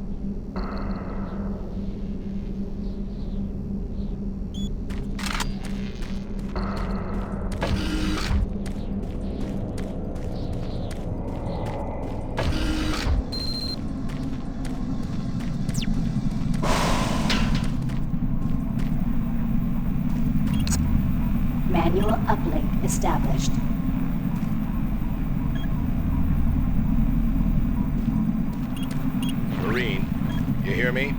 Back off from that console. Do not call for reinforcements. We don't know what the hell is going on here. And until we do, this area remains under UAC control. Cancel that transmission. Satellite connection established. You fool! You have no idea what you just did. If the creatures get hold of those ships, who knows what could happen? You might have endangered all of Earth. I'm going to Delta to stop this. Don't get in. Transmission successful. Excellent work, Marine. Reinforcements will be here soon. I'll wait for you here at Delta. Get here as quickly as possible.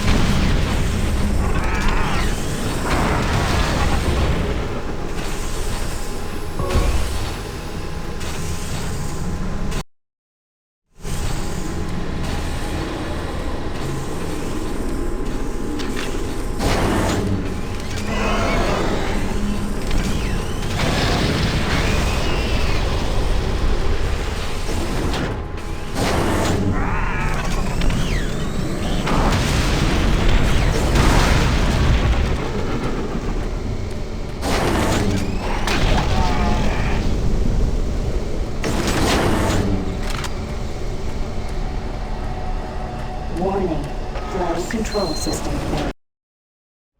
Toxins identified. Execute cleanup procedure.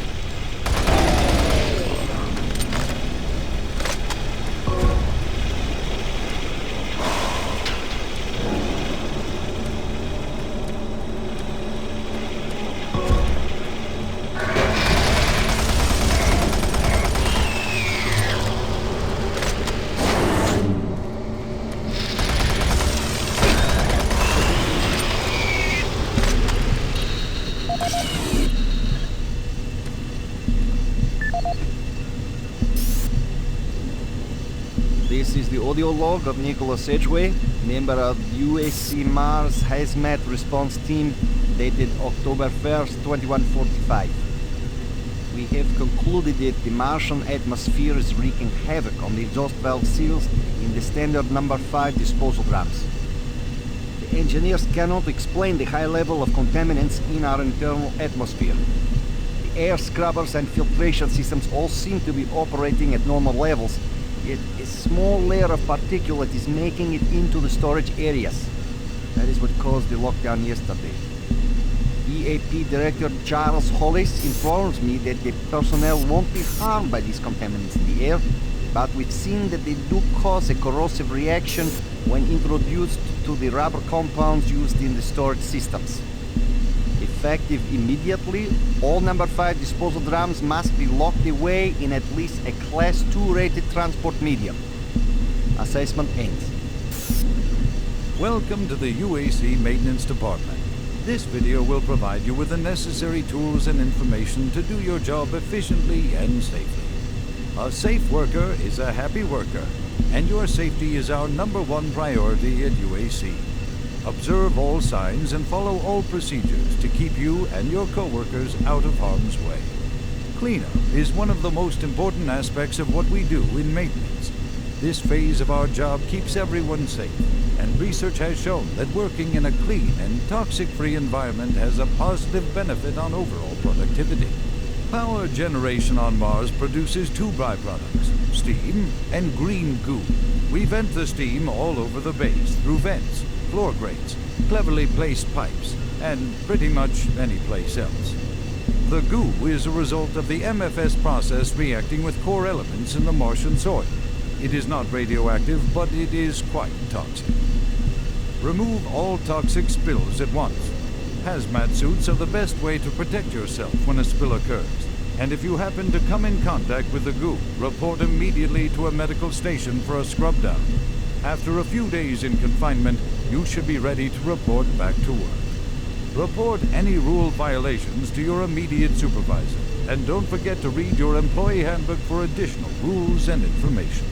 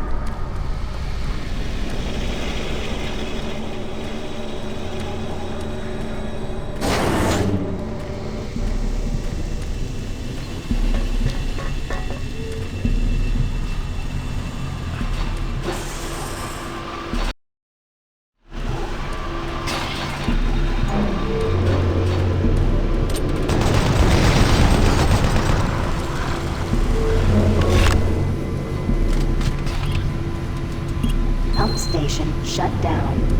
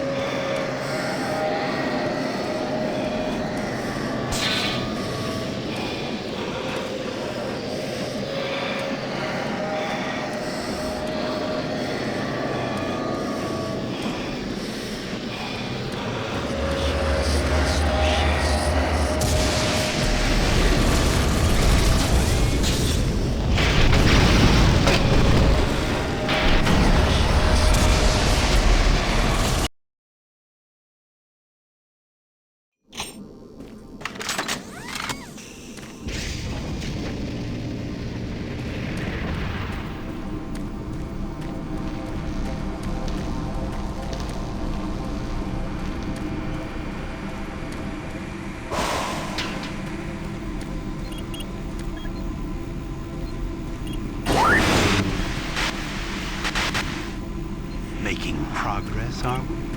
And in such a hurry to find us, to find me. There's no need to rush. I am everywhere, and everything here is mine. We thank you for alerting the fleet, for warning them. You're such a fool. They're racing here, racing to us, and we are waiting. Waiting for them to fall into their worst nightmare. They will join my legion, and with their ships, I will bring this hell to Earth. You won't live to see it, and you will die long before you have a chance to warn them.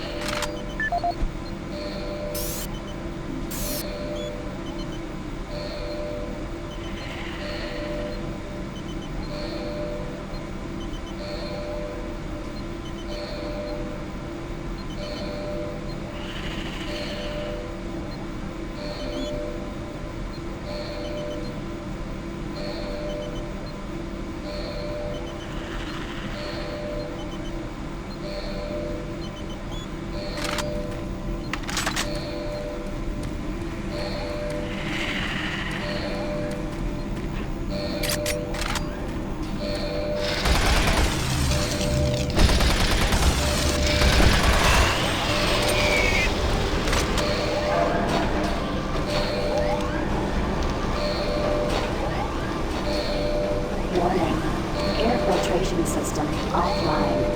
Toxicity level increasing. There's nothing left for you but a slow death as your lungs fill with toxic gases.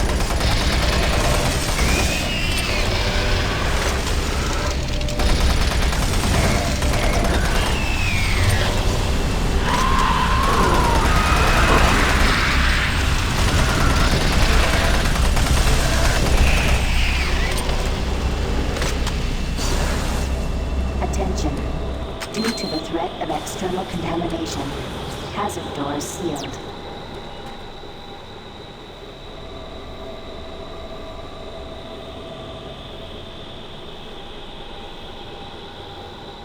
Attention. Due to the threat of external contamination, hazard doors sealed.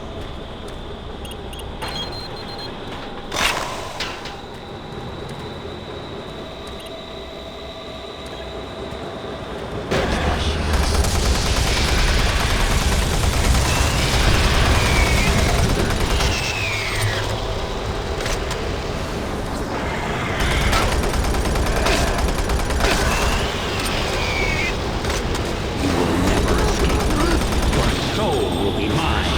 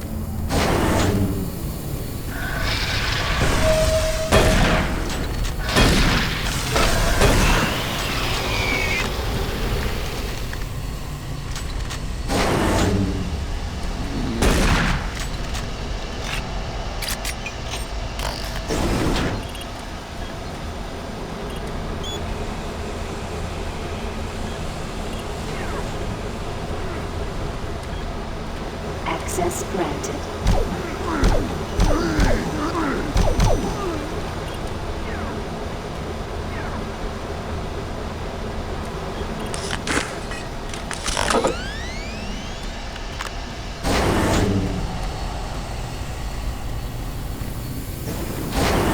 Destroy this.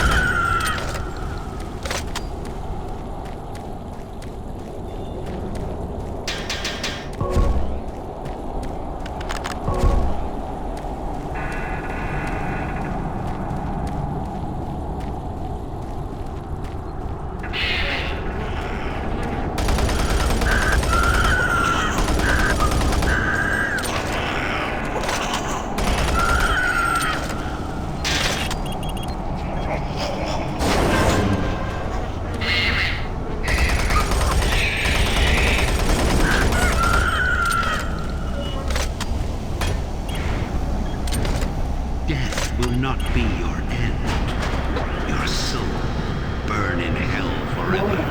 Danger level red. Lethal toxicity level detected. Air scrubber 1, air scrubber activated of 3, activated. Attention, air filtration system online.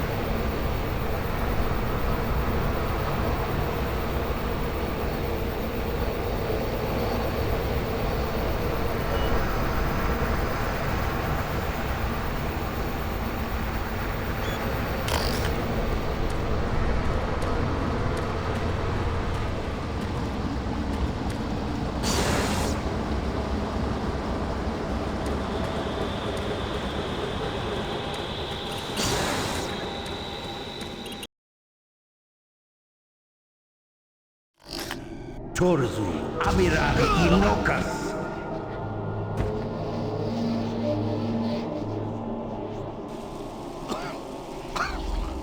Rise, rise, Quas Mir Yalopan. There is no death for you.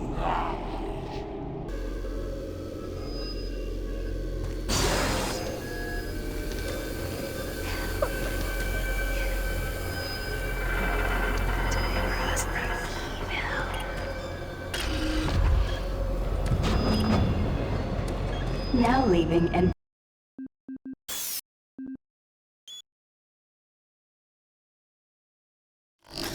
Torzu, Amiral Inokas.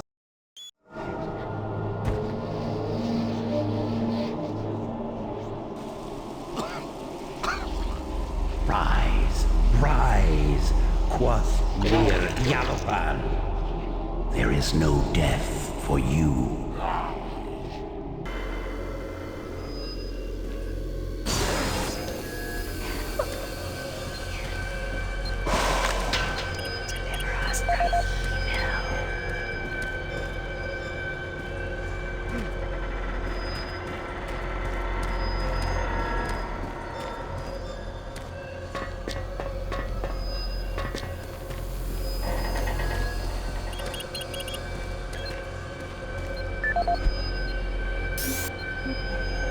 This is the audio log of Engineer Sam Harding, dated April 5th, 2145. I have just completed repairs on the magnetic locks and have significantly reprogrammed the pressure sensors on the monorail systems.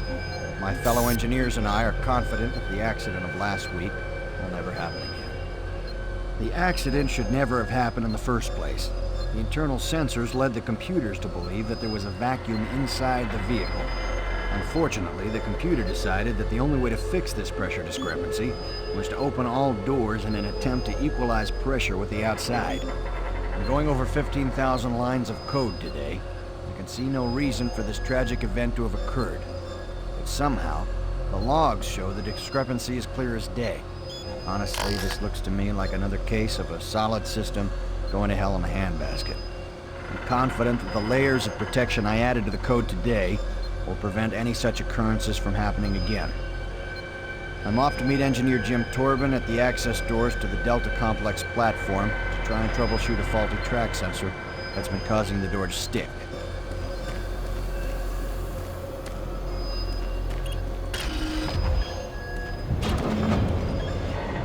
now leaving Environmental Reprocessing Center.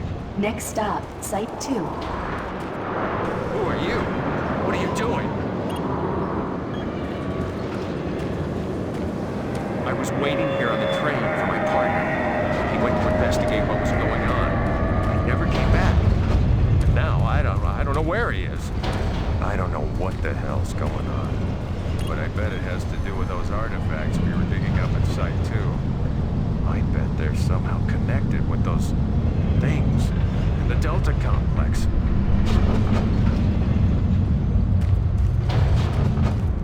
The Delta Complex isn't safe. Remember, safety You're crazy if you're going Please do not exit the vehicle without wearing proper environmental protection. In the event of an emergency stop, MARSEC will be dispatched immediately for your safety. Have a nice day. Now entering Site 2.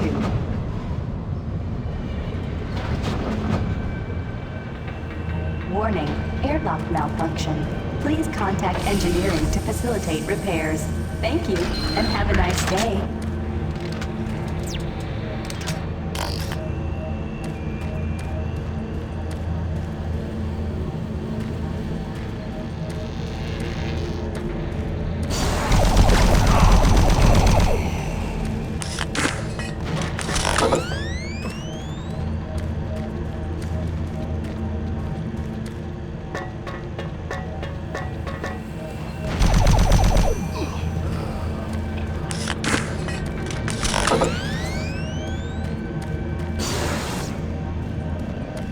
Destroy all who oppose.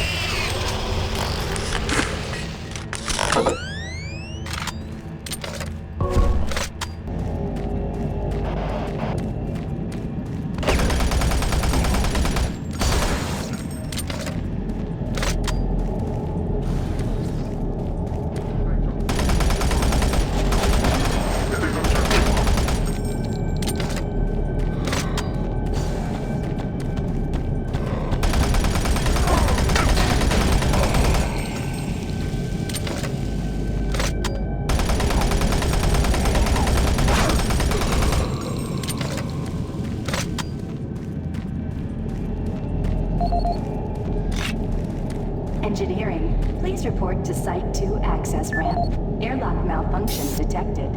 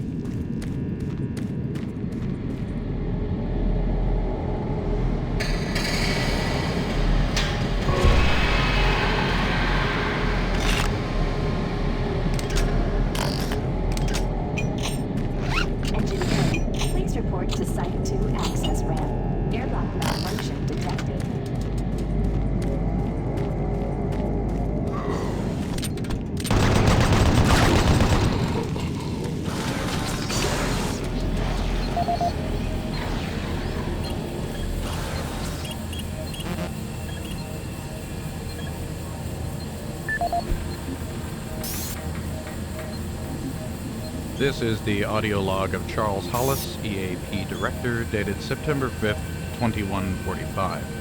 In order to conserve current life support resources, effective October 1st, 2145, the Council has made a decision that all environment processors be brought offline in the general area of Site 2. Tomorrow, I will be sending out emails to all team leaders asking for an update on their asset relocation program to Site 3. We feel that we have unearthed enough useful material as it pertains to the project from Site 2, and choose to now devote resources in the exploration of Site 3. End log recording.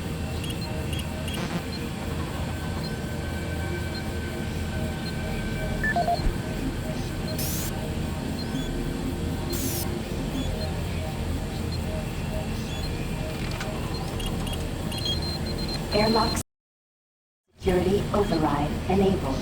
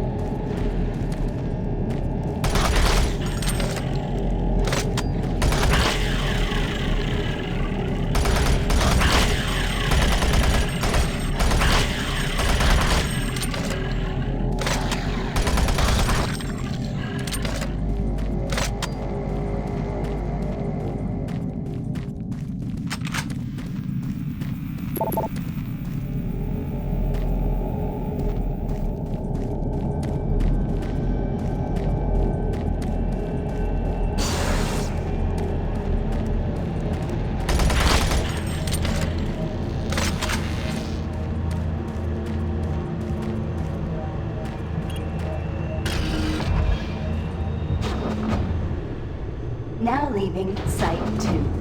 Next stop, Delta Complex.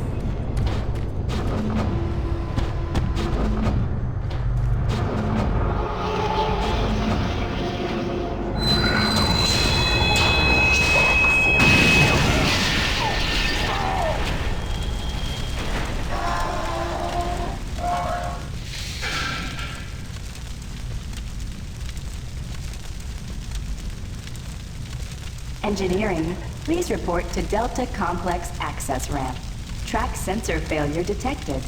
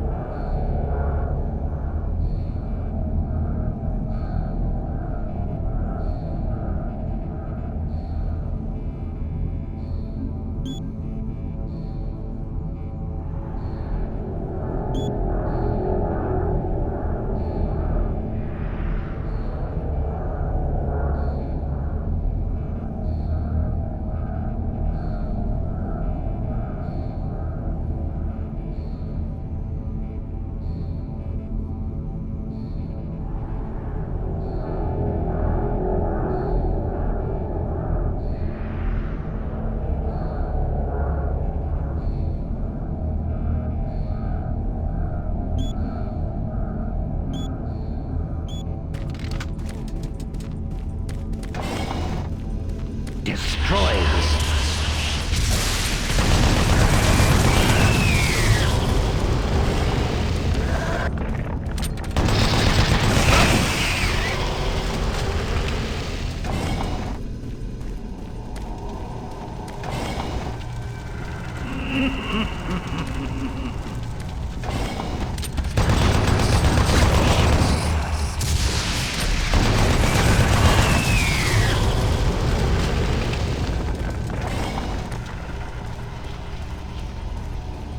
Warning, automated turret guns online.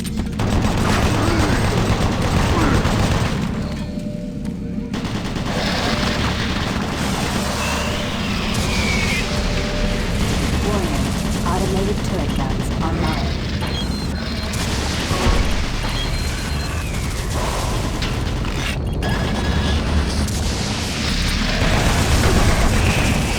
Warning, automated turret guns online.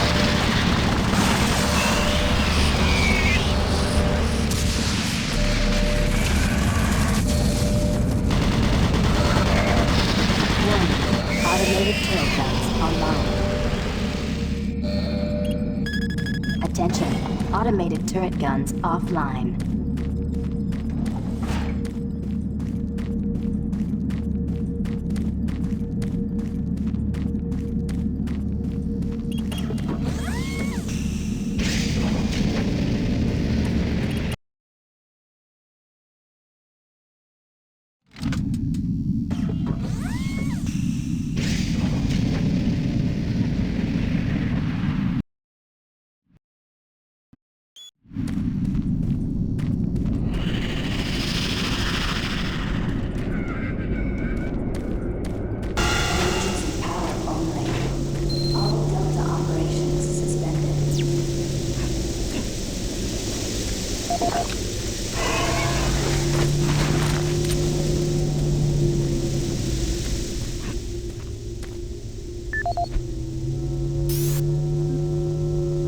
This is the audio log of Robert Price, Delta Operational Director in charge of personnel, recruitment, evaluation, and placement. Assignment of engineers to the lower Delta labs has become almost impossible. In 6 months, we've gone from a volunteer surplus to a critical deficiency of qualified personnel willing to accept assignment. Increases in both pay and benefits have done little to help this situation. Through exit interviews as well as the weekly Delta medical brief, it's become apparent to everyone that the rate of sudden and unexplained mental illness is way beyond acceptable levels, even for Mars. They're derogatorily being called sub-delts up here, and I have a feeling this attitude will spread to other parts of the UAC. End of log. This is the audio log of Robert Price, Delta Operational Director in charge of personnel, recruitment, evaluation, and placement. Disciplinary Action Report 40C-8, responding to Mars City Administration request. Delta Labs 1 is currently addressing a problem concerning theft of security equipment. 4 members of the security detail assigned to the Delta Labs have been reprimanded with 3 others under investigation. It seems caches of weapons, armor, and ammo have been discovered in various places throughout the Delta Labs. We've located some of the missing equipment and have information that we hope will lead us to more. I have a team investigating storage room 21D with security code 298, where I've learned stolen items may be located. I hope to recover all items and find all personnel responsible. Emergency power End of log. only. All Delta operations suspended.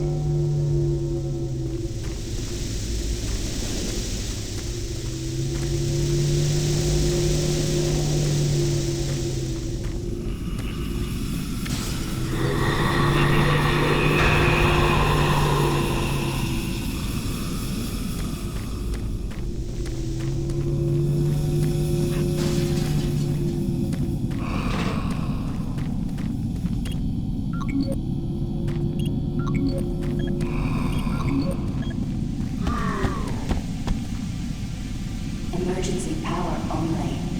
All Delta operations suspended.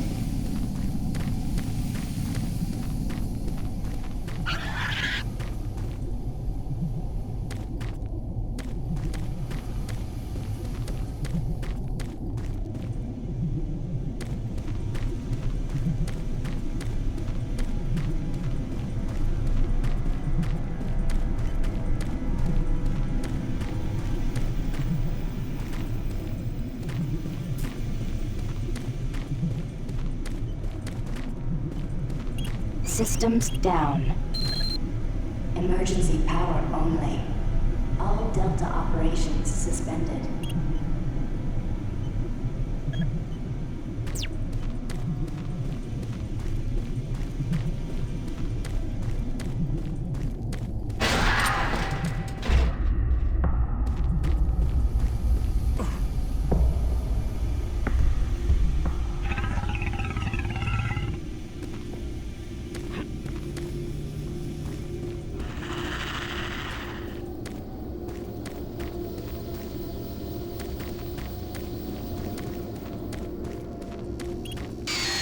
Emergency power only. All Delta operations suspended.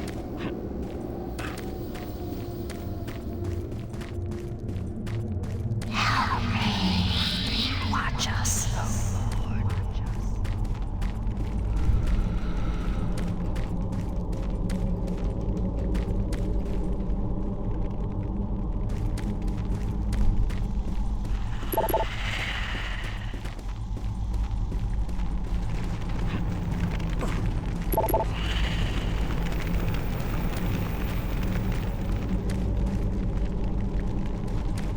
Emergency power only. All Delta operations suspended.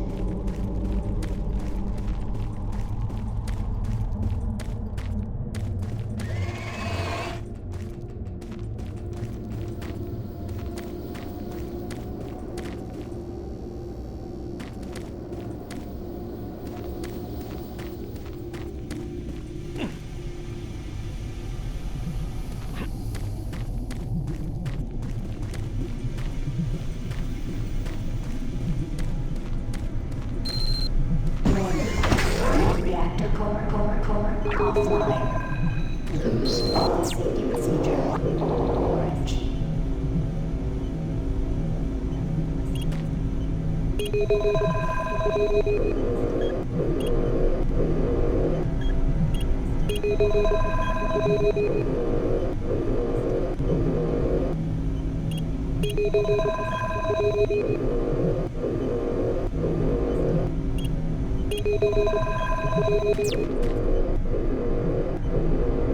Warning, reactor core offline. Please follow safety procedure, orange. Video link up.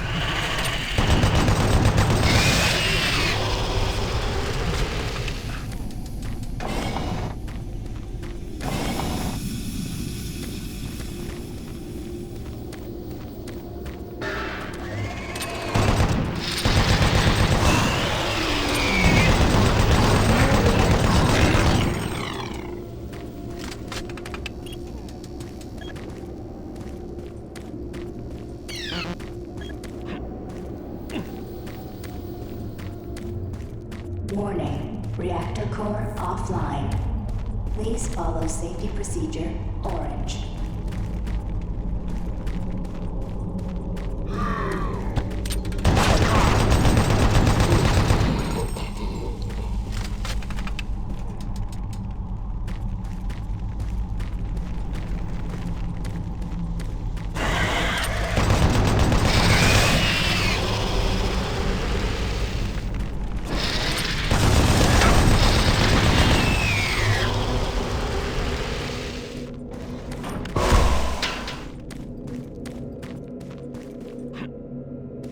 Warning, reactor core offline. Please follow safety procedure, orange.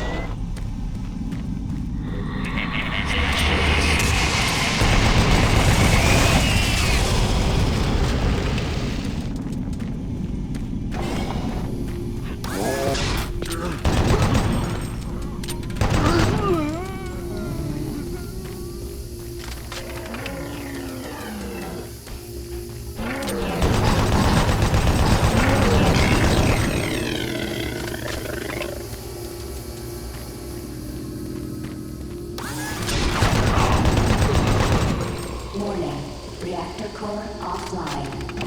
Please follow safety procedure, orange.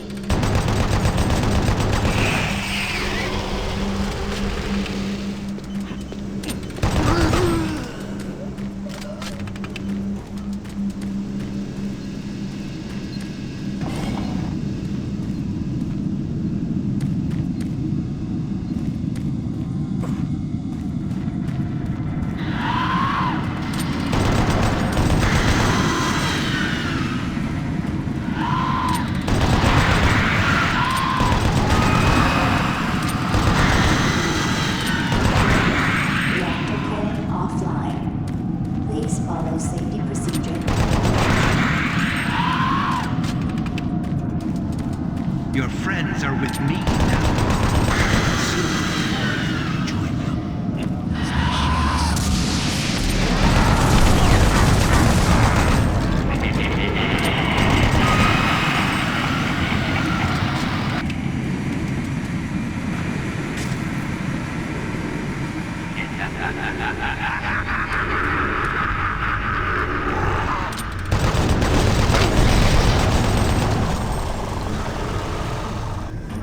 Warning, reactor core offline.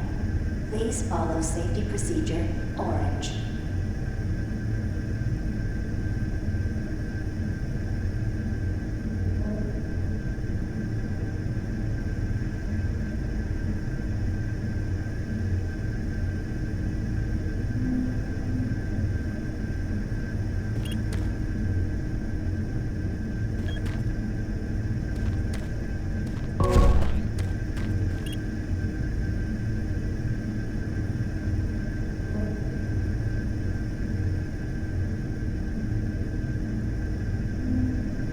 Warning, reactor core offline. Please follow safety procedure orange.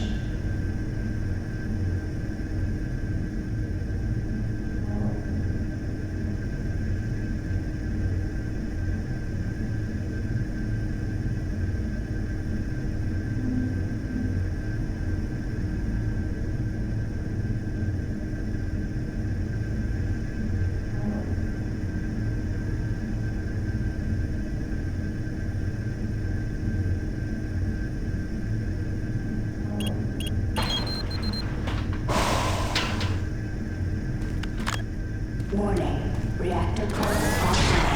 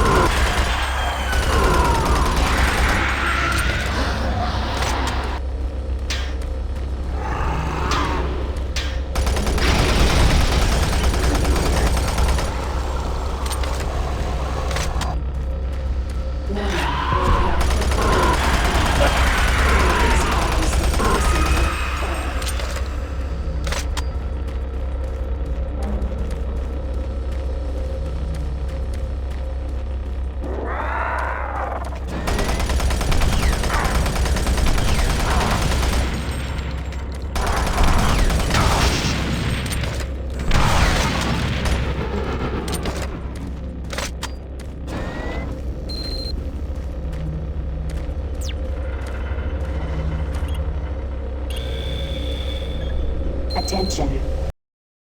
Reactor core online.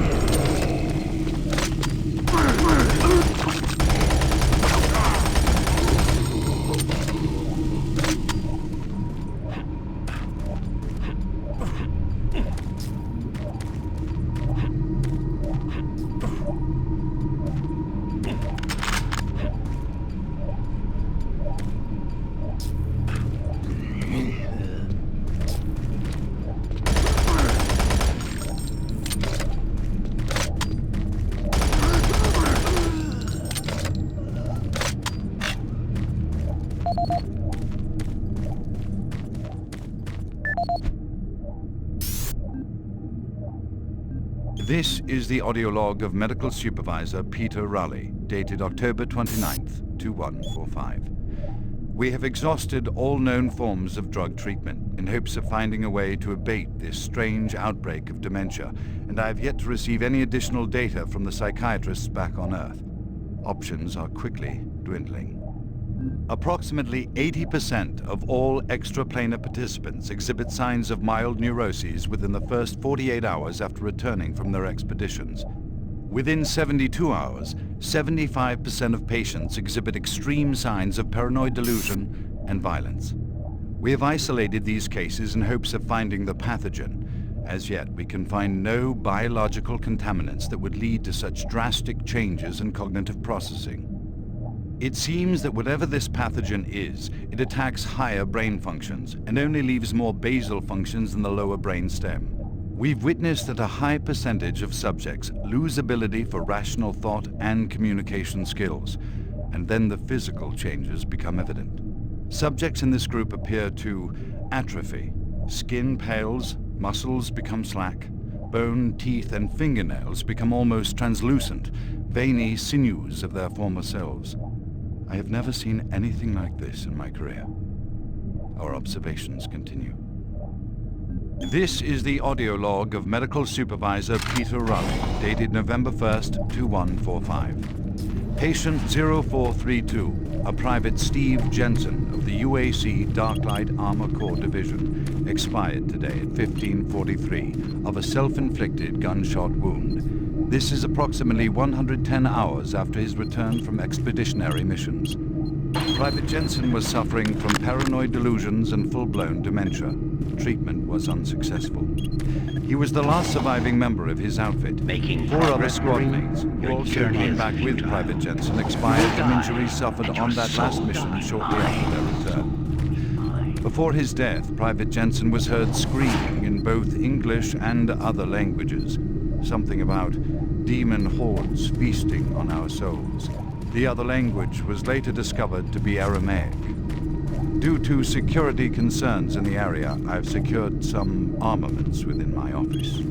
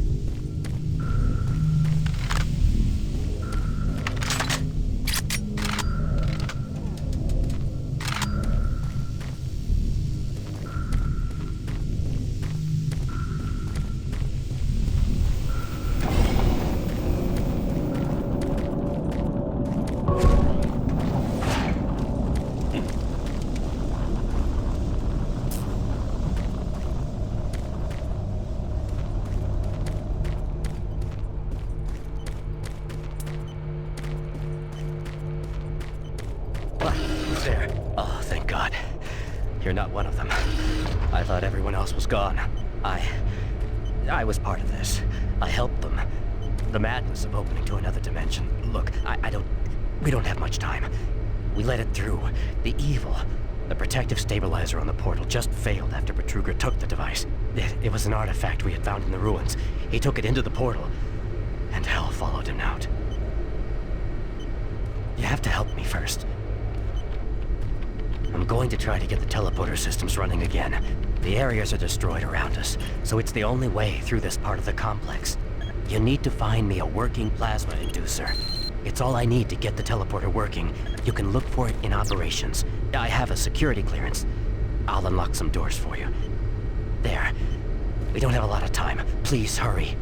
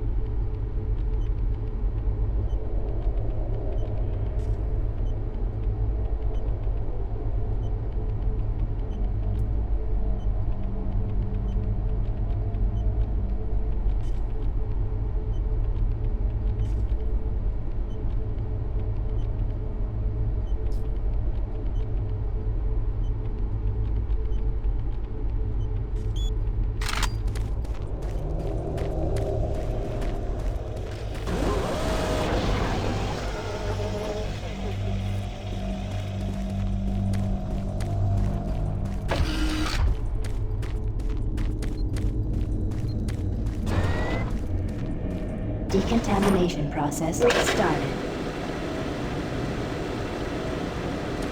Decontamination complete. Have a nice day.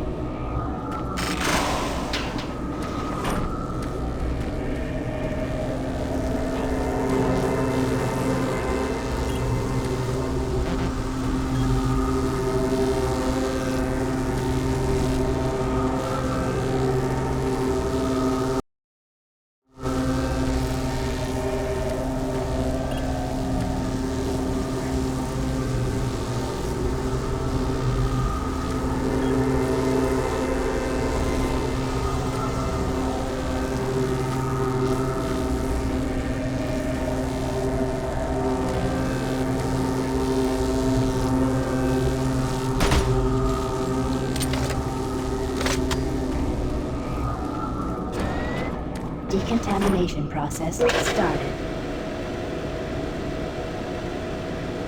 Decontamination complete. Have a nice day.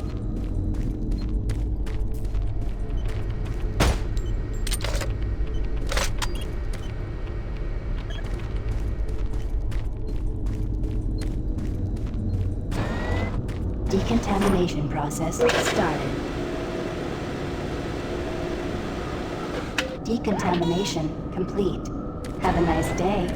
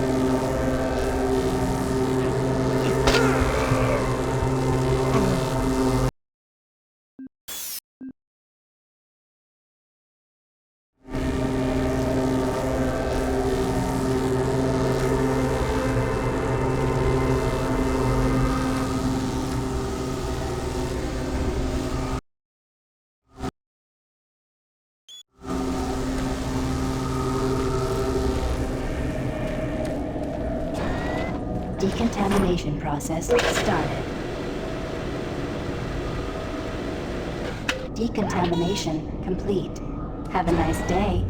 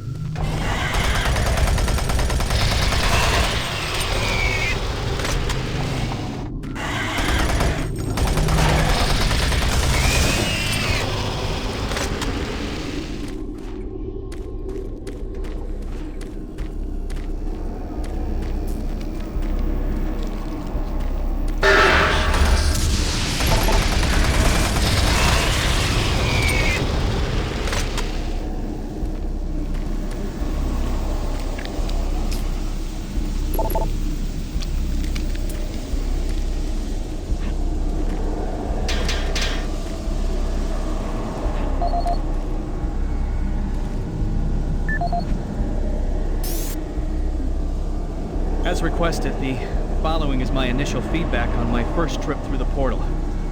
Private First Class Frank Cinders, dated October 15th, 2145. I don't know exactly where to begin. Obviously, I survived the first trip and feel no worse for the wear. I'm not feeling any of the symptoms reported by the others who have gone in before me, but I'm at a point where I'm still trying to process everything.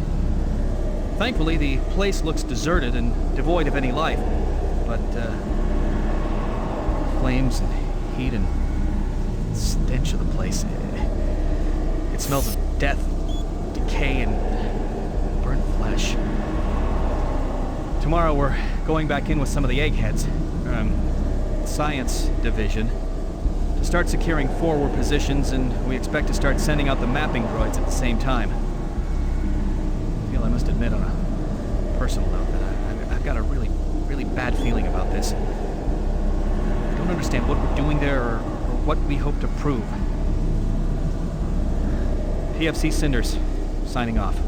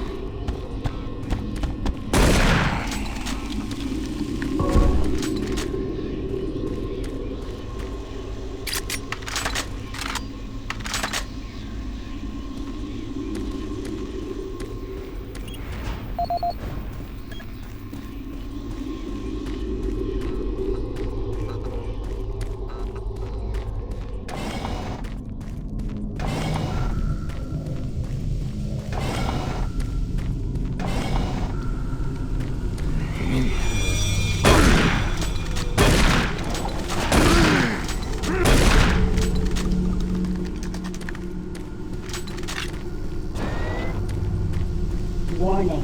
Halon systems active. Access denied.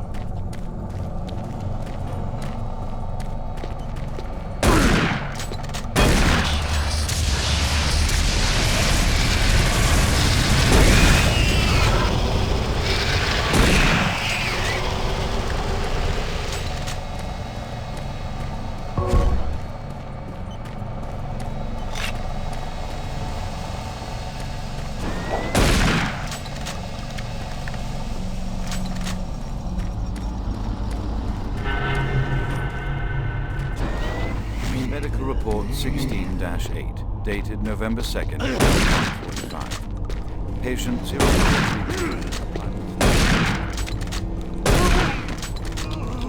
Yesterday at 15:43. Private Jensen was suffering from paranoid delusions and full-blown dementia. Treatment was unsuccessful.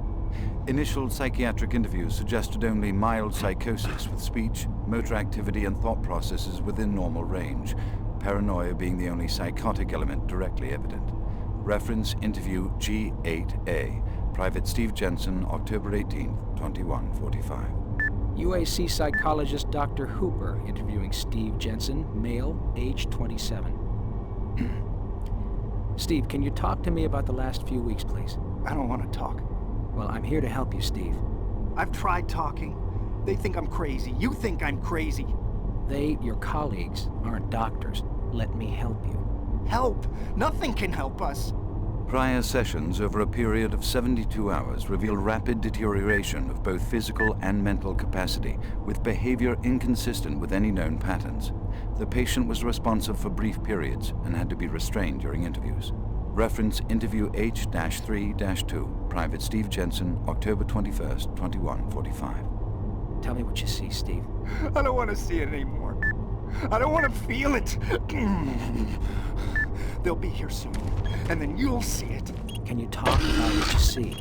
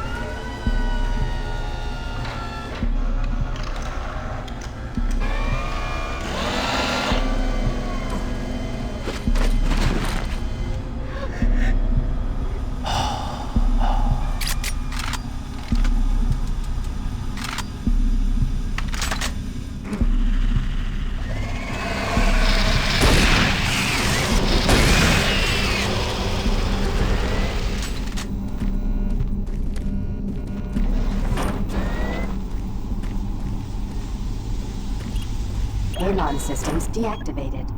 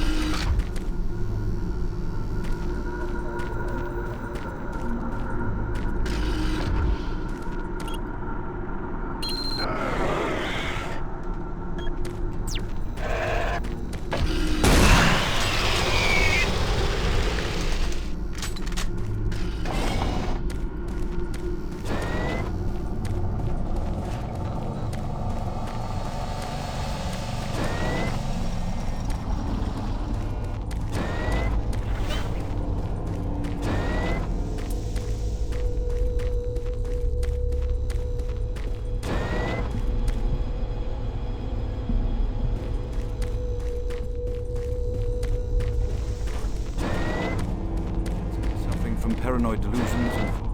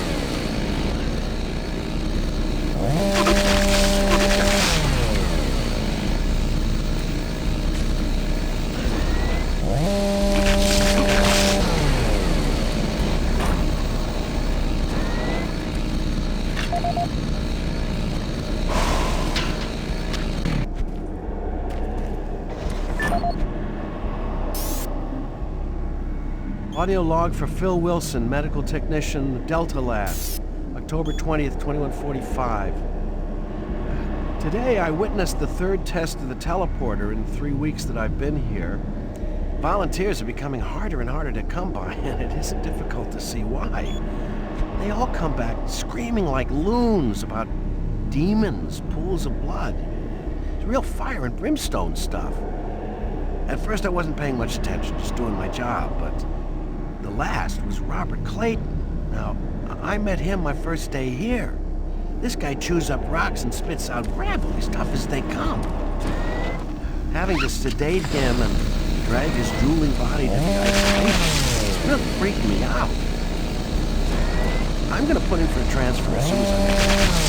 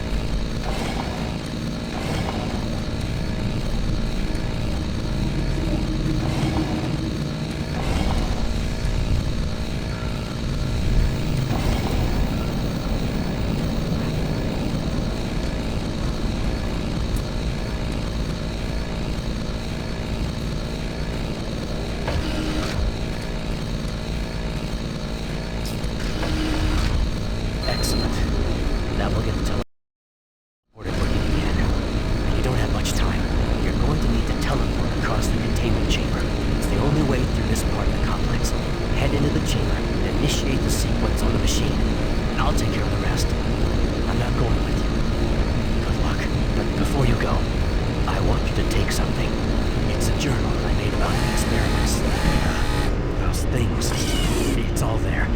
explain everything. Get it to someone so this never happens again.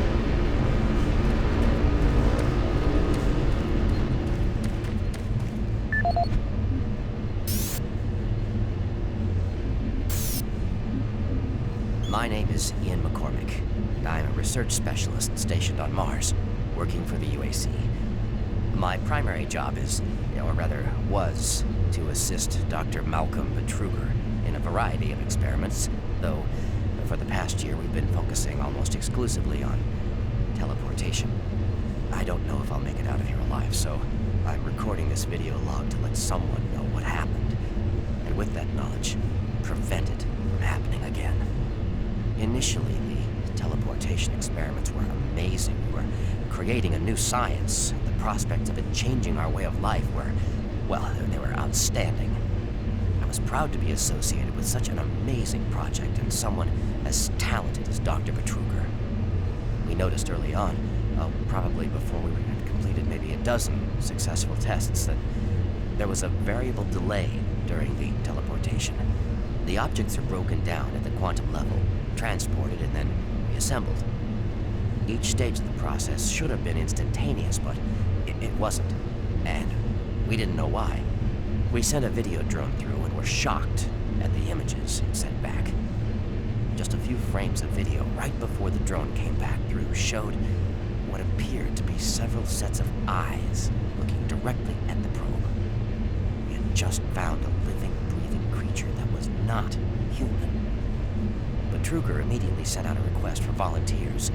He specifically wanted UAC security force members because he wanted to capture one of these creatures.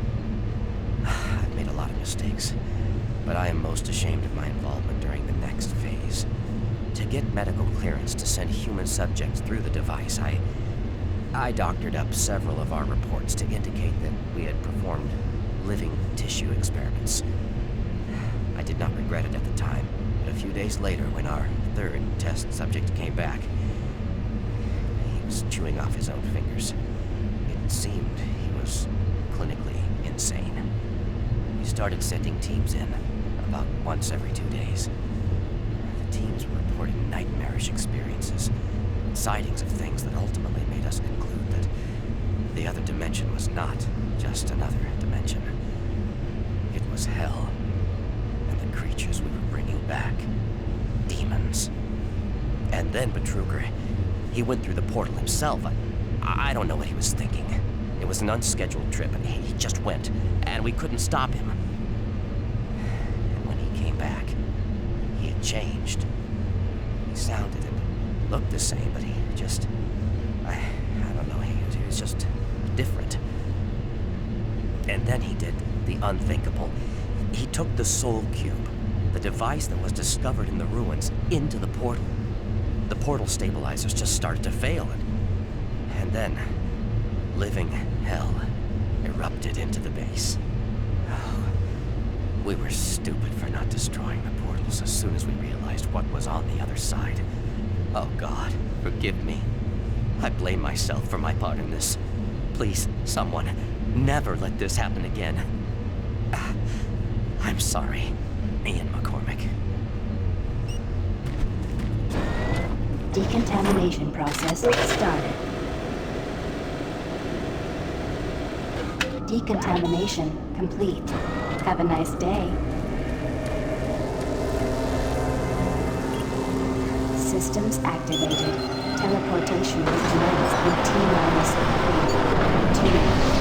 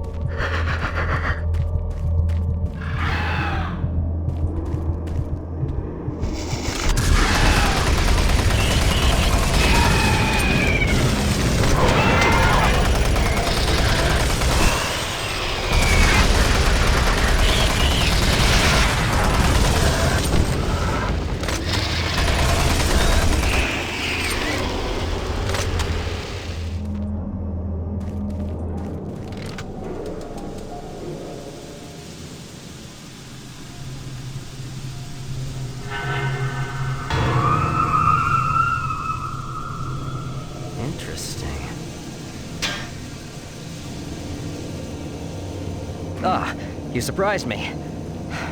I'm glad to see you. I would have hoped they would have sent more than just one guy, though. I've been studying one of the specimens we brought back to see if there's something physiological that would be a weakness, a way to stop them. I found nothing so far. Haven't had enough time.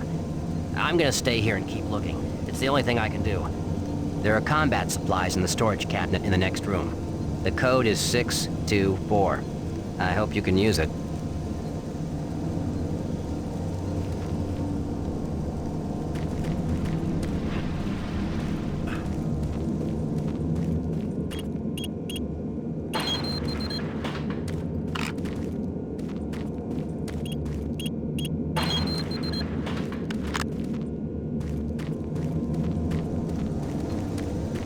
I'm gonna stay here and keep working. I'll upload my findings into the database.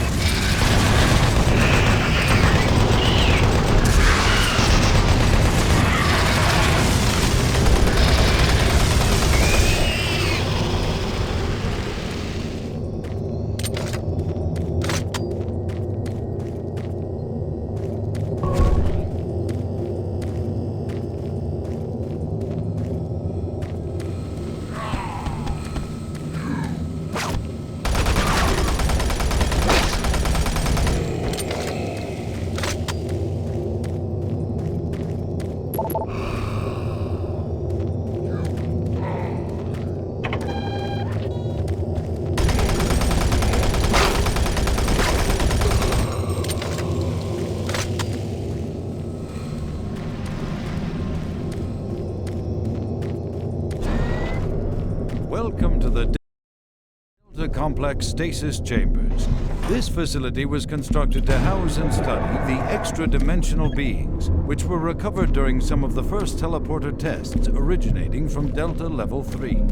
While little is known about their native environment, the specimens appear to be carbon-based life forms with extremely high heat tolerances. The epidermal tissue is extremely resilient to abrasion or incision, which is complicated internal studies.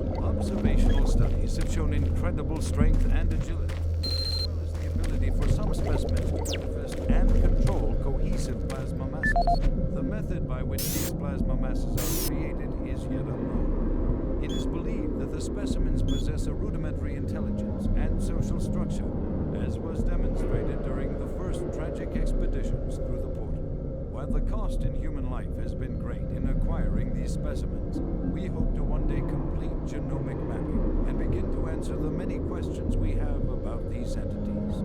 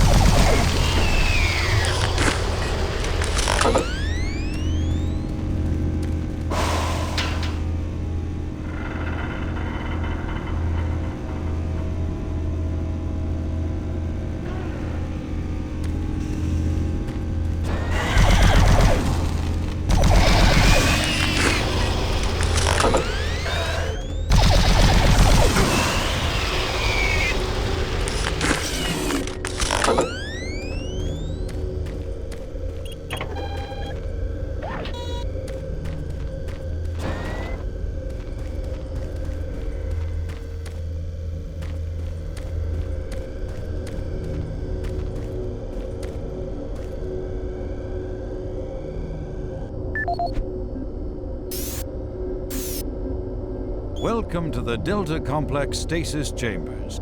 This facility was constructed to house and study the extra-dimensional beings, which were recovered during some of the first teleporter tests originating from Delta Level 3. While little is known about their native environment, the specimens appear to be carbon-based life forms with extremely high heat tolerances. The epidermal tissue is extremely resilient to abrasion or incision, which has complicated internal studies. Observational studies have shown incredible strength and agility, as well as the ability for some specimens to manifest and control cohesive plasma masses. The method by which these plasma masses are created is yet unknown. It is believed that the specimens possess a rudimentary intelligence and social structure, as was demonstrated during the first tragic expeditions through the portal. While the cost in human life has been great in acquiring these specimens, we hope to one day complete genomic mapping and begin to answer the many questions we have about these entities.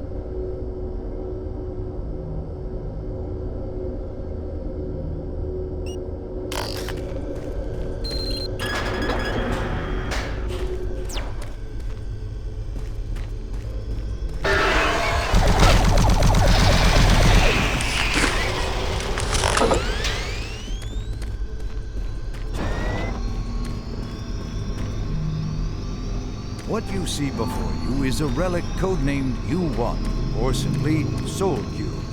It was discovered in 2104. This is the audio log of Research Director Larry Bullman, October 19th, 2145.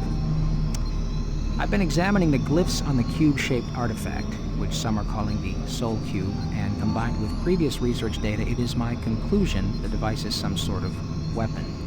If the power fluctuations would stop long enough for me to get the linguistic CPU online, then I am sure my theory would be verified. You know, I'll take this opportunity to lodge yet another complaint about the continual power problems. Living in this godforsaken base is bad enough without having to watch the lights flicker constantly. It's just... Well, never mind. Back to the task at hand. What I've deciphered so far is a bit, I must say, disturbing. It seems that when one has possession of the artifact, if one inflicts damage or possibly kills another being, it extracts power from that event somehow.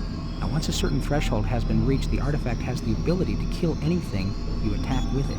How you attack with it, I'm frankly not certain, indicating that the artifact is autonomous in some way.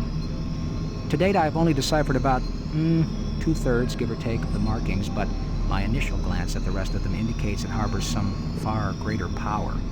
As you know, at this time we have not seen any reaction from the cube, and it has withstood any scanning, abrasion, or other test beyond picking it up and examining it. I suspect that just like the civilization that constructed it, its capabilities are diminished to the point of being useful only as a paperweight. End of log.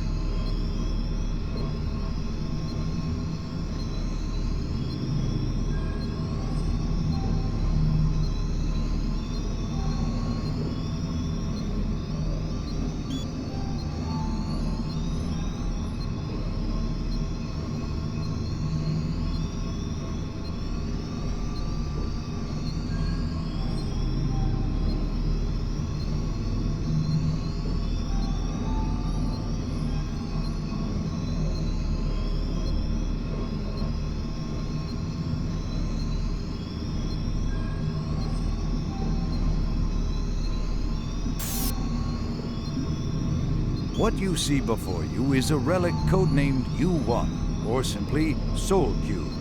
It was discovered in 2104, located in a geographic region where UAC researchers have unearthed evidence of a long-lost civilization. We know nothing of this civilization other than they existed, and that they were all wiped out in some type of cataclysmic event, according to what we've been able to decode from stone tablets found throughout the ruins. What clues we have been able to piece together reveal a culturally advanced society whose technology can only be described as mystic, as evidenced by U1's strange characteristics. Efforts to further examine U1 have been futile. Mass spectrometer and radiation scanning methods have failed to provide reliable identification of the molecular makeup of this artifact. The object cannot be weighed, and in all tests we've been unable to determine its mass. All attempts to physically manipulate or open the artifact have been met with no success. We also have had no success in deciphering the symbols adorning U1. What we do know is that the thermographic readings are constant, unwavering temperature of 98.8 degrees Fahrenheit. Our research continues, and we hope that with continued investment and research, we can, one day soon, learn to exploit the technologies that make up U1.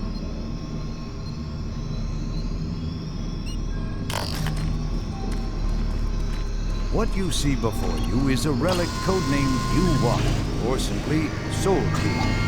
It was discovered in 2104, located in a geographic region where UAC researchers have unearthed evidence of a long-lost civilization.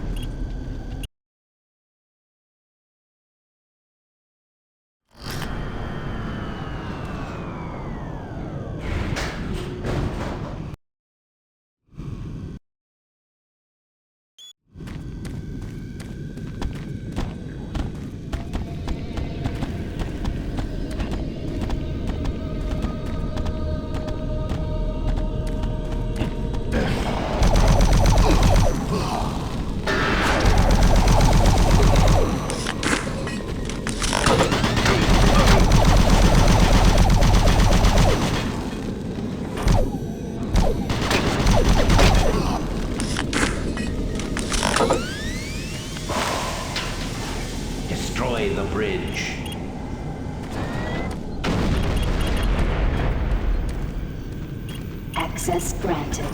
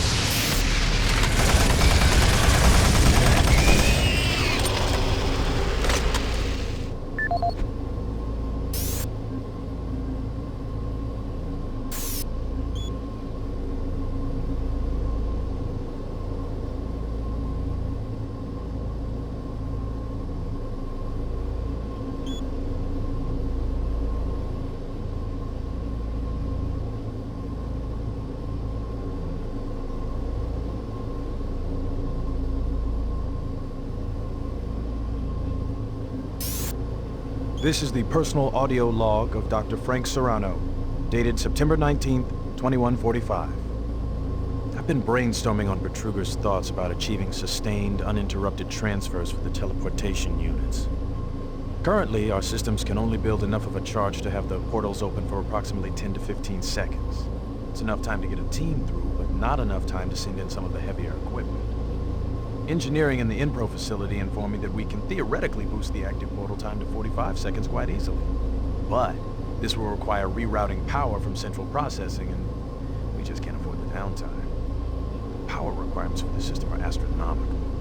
We're sucking power from 3 veins in Inpro just to power Chamber 1. I have no idea how we can sustain transfers for longer than 60 seconds without giving serious thought to reorganizing the teleport power grid. I'll sleep on this. This is Dr. Frank Serrano signing off.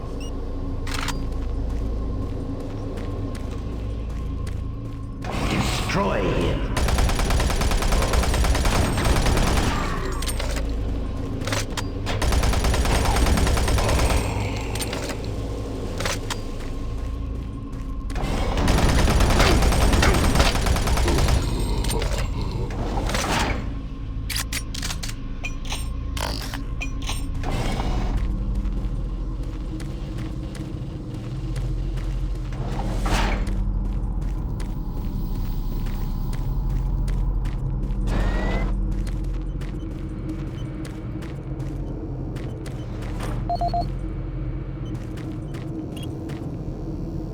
Decontamination chamber sequence initiated.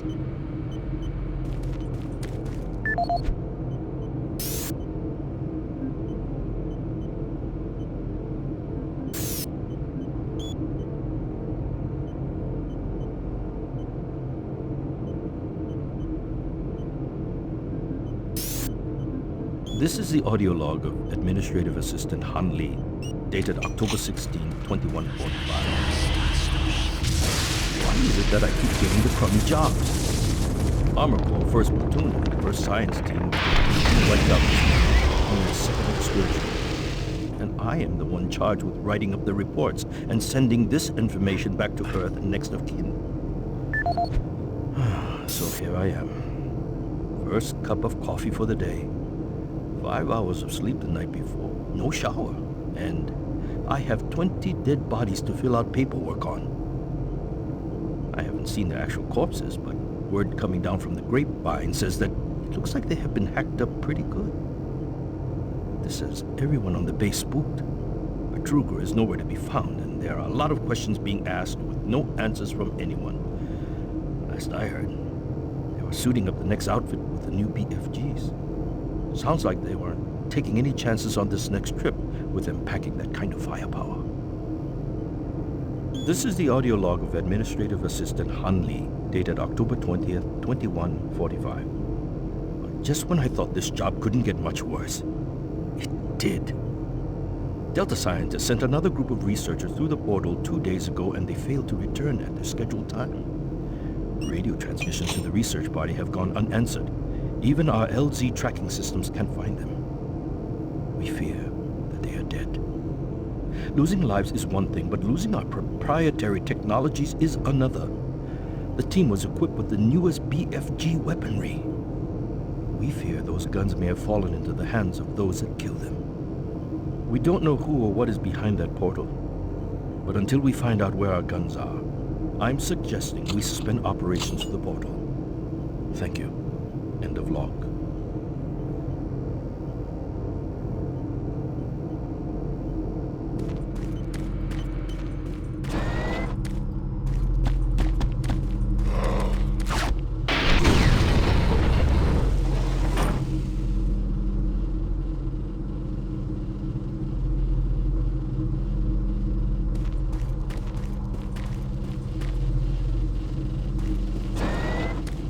Decontamination process started. Decontamination complete. Have a nice day.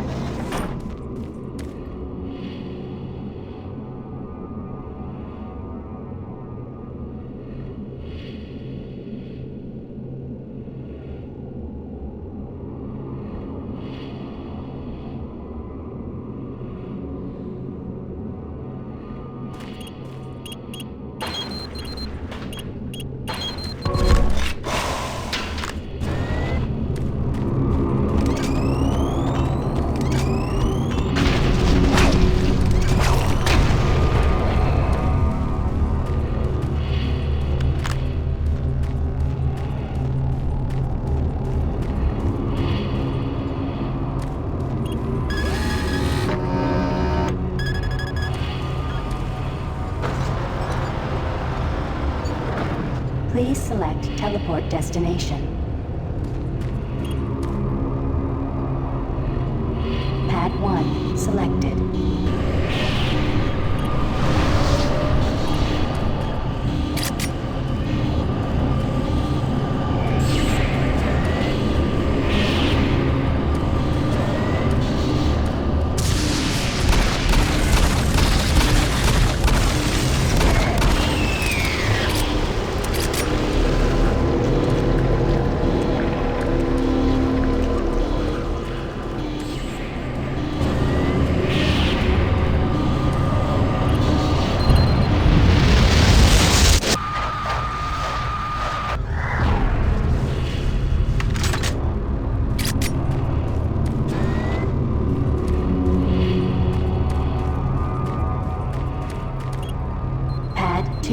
Selected.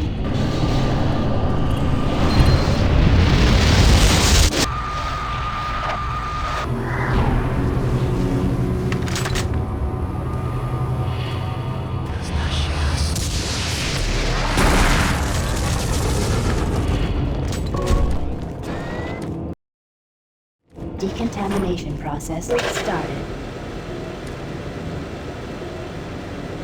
Decontamination complete. Have a nice day. patience with you is wearing thin.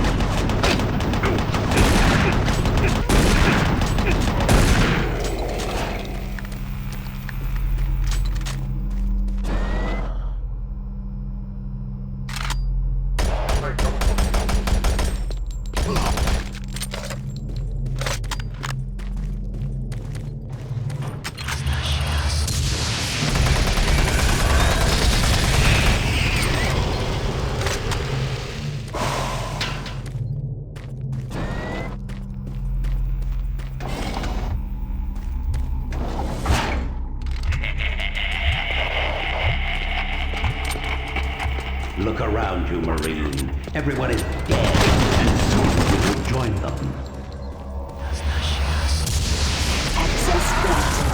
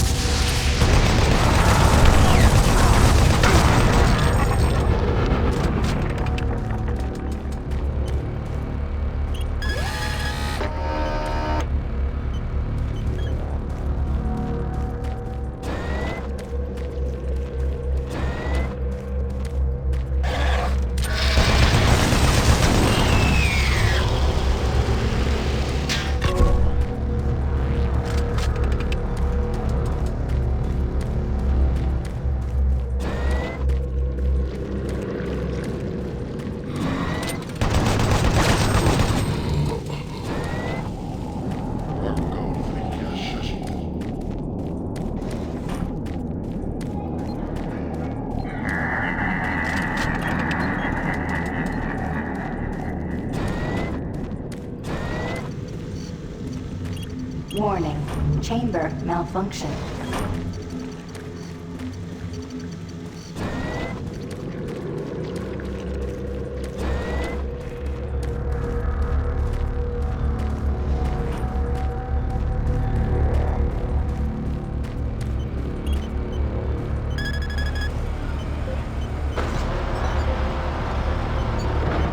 Please select teleport destination.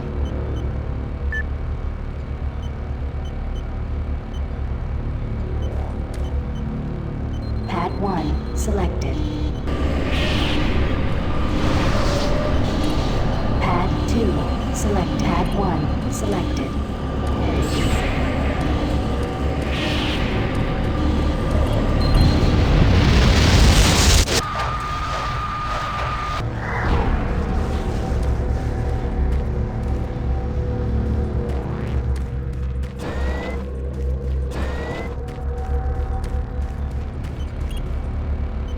Pad 2 selected.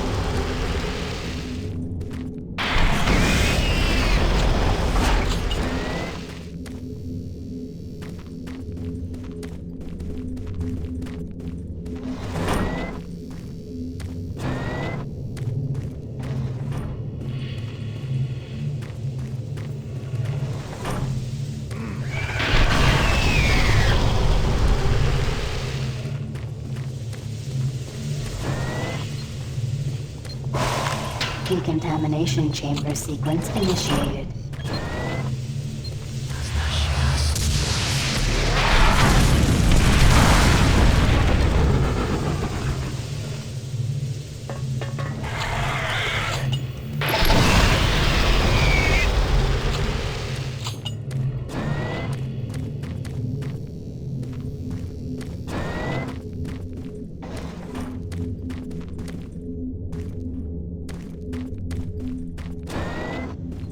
Decontamination process started.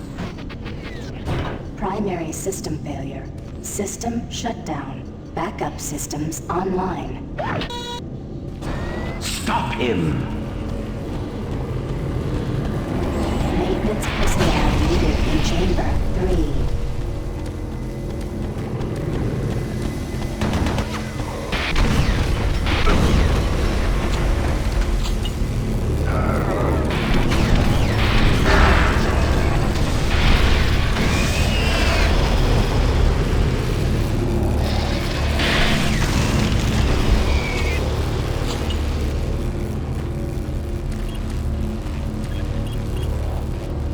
Pad 1 selected. Pad 3 select. Pad 1 selected.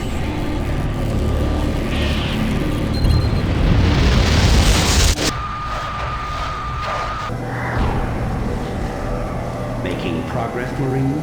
Your journey is futile. You will die, and your soul will be mine.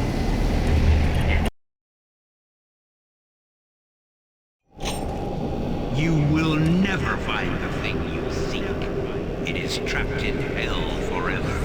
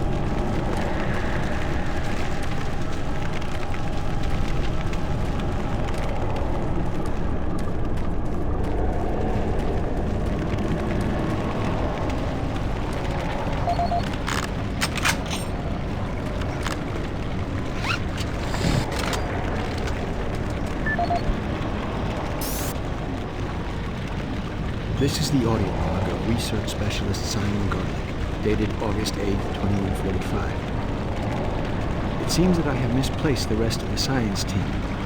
I don't know how it happened. This place... well, I don't know what this place has done with it. One moment there, I'm taking samples, and the next thing I know, I turn around and everyone is gone. There 1 second, turn around, and they're gone. I can't raise anyone on the comlinks. The only signs of the team I can find are tools and other personal effects that seem to be left behind. Almost as if they had stopped working midway through the experiments. This place does funny things with your eyes and your perception of time. Hopefully, they just went into the next sector and are waiting for me to catch up. I'm going off to find them now. This is Simon Garlick. Signing off.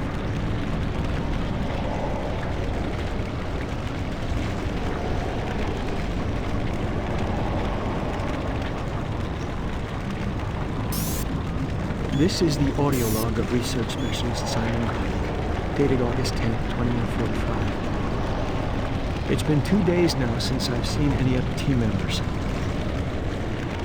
I don't know how I've survived this long or how I got away. They were just, torn apart.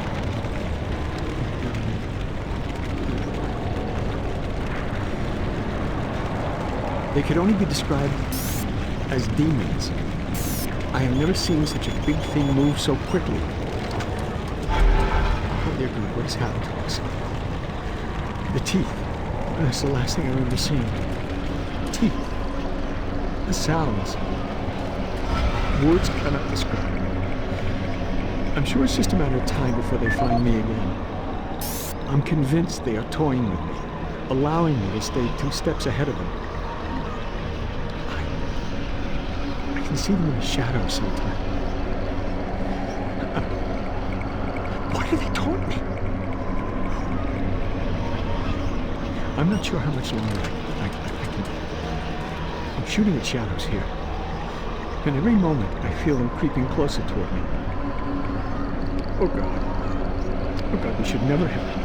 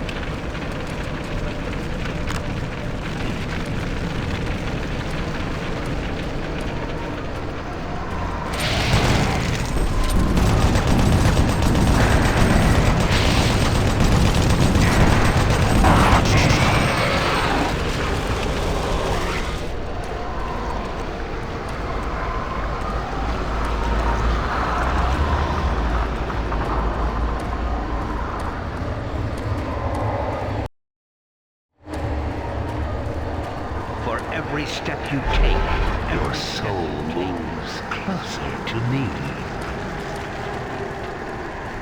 Suffering and pain waits for you.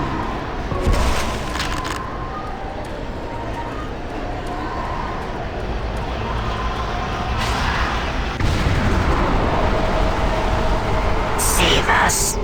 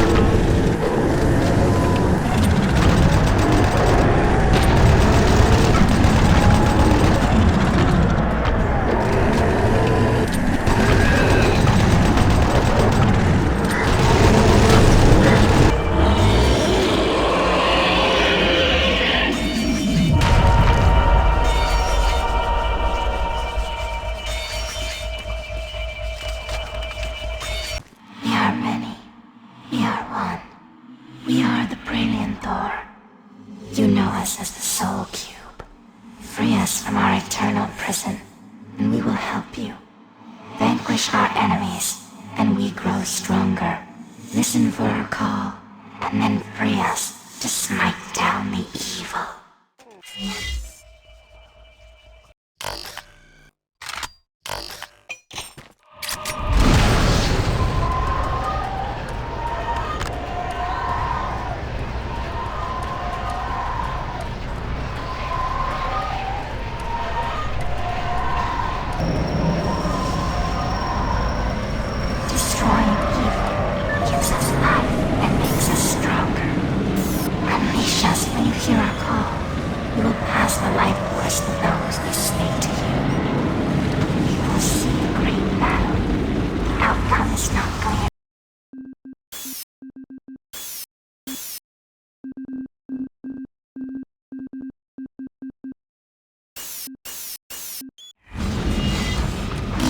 the only way to destroy Hell's mightiest warrior.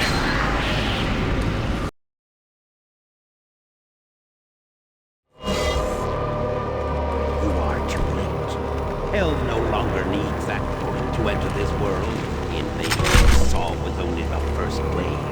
The Hell Gate is capable of sending millions of my children into your world. Soon, a fleet from Earth will appear, and with their ships, we will bring this hell to Earth.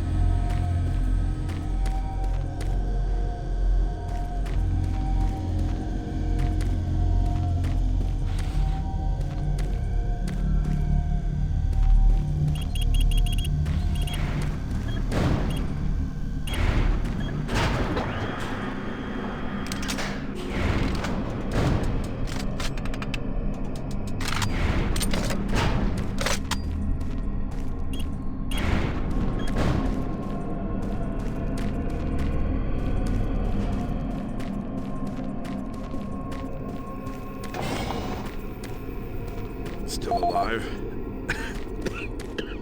Looks like you might be on your own. Sergeant's gone. They've got to him. I don't know how long he's been working against us. He's no longer human. Campbell went after him. He's got to be stopped. Hell is breaking through in the caverns. If that portal isn't closed before those ships arrive, Earth will be destroyed. Earth. That's what they've always wanted. They were there once. Lost it in the dawn of time. Now it's so close. They can taste it. It's up to you now. Take my PDA, it's got what you need. Good luck. I'm too beat up. I'll slow you down. This is the audio log of Counselor Elliot Swan, dated November 15th, 2145. This entire research facility is in chaos. There's at least a 90% death rate among civilian personnel. Whatever Betruger unleashed is literally consuming the base. People have been turned into some sort of undead creatures that are relentless. Campbell and I are making our way towards the communications facility. We must stop all communications. If a distress call leaves the base, then everyone here and on Earth is doomed.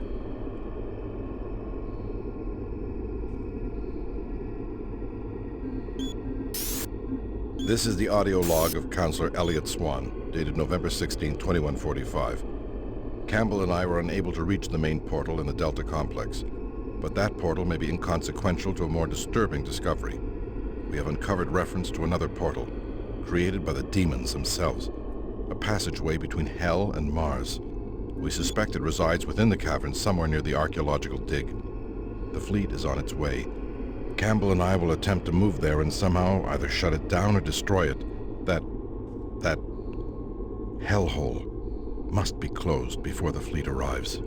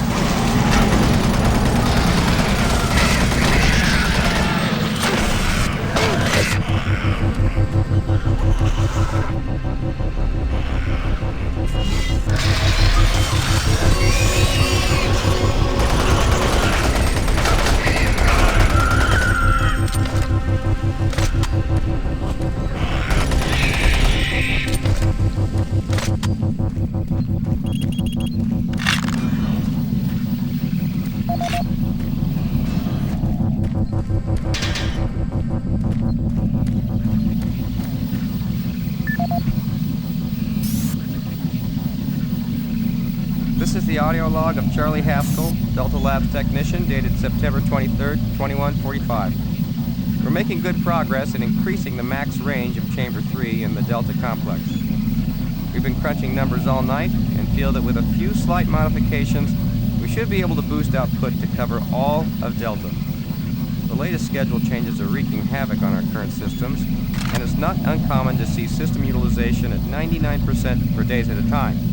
We understand that Lab A has finally received the NREC 6809 system. Please consider this a formal request for a block of 2 hours to run our latest formulas as soon as available time.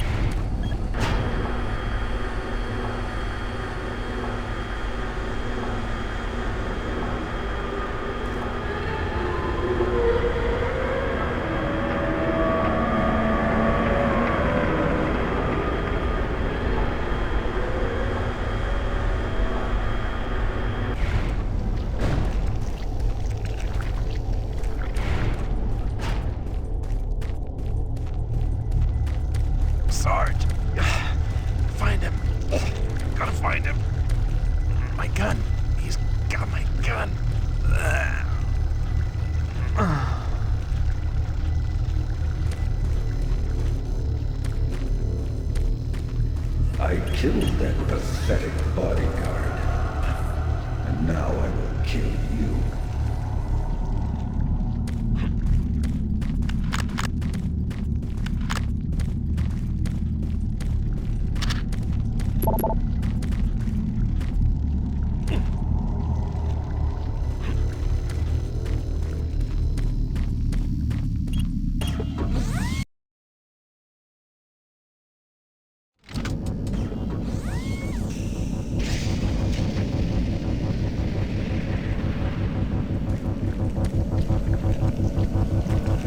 I am waiting for you, waiting to kill you.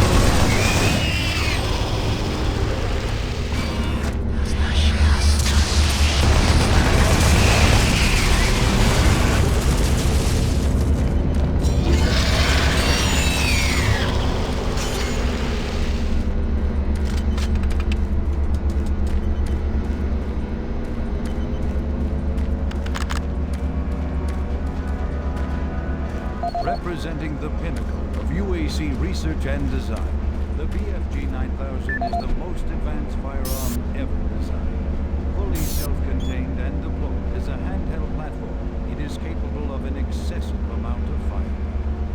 The BFG 9000 contains sophisticated friend or foe technology that discriminates targets in real time. Each projectile contains a small but very powerful computer core that actively maintains targeting and delivers a stream charge down each beam to soften targets before detonation. The detonation stage of the projectile. I can smell your fear.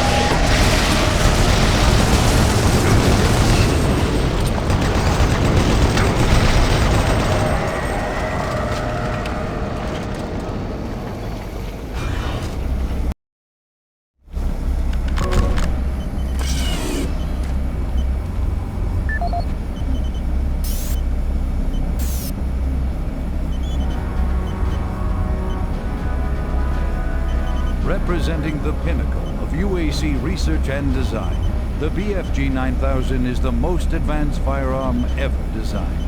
Fully self-contained and deployed as a handheld platform, it is capable of an excessive amount of firepower. The BFG 9000 contains sophisticated friend or foe technology that discriminates targets in real time.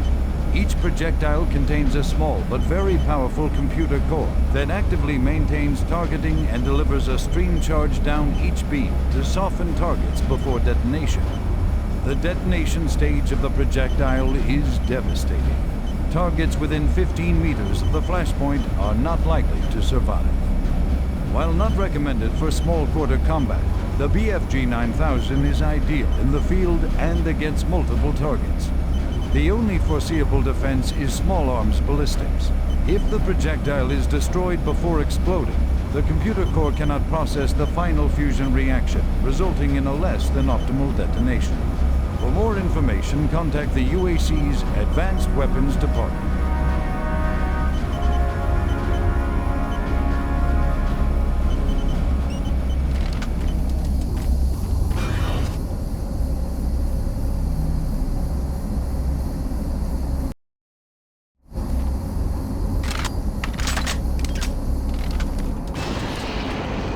Welcome to the mess hall.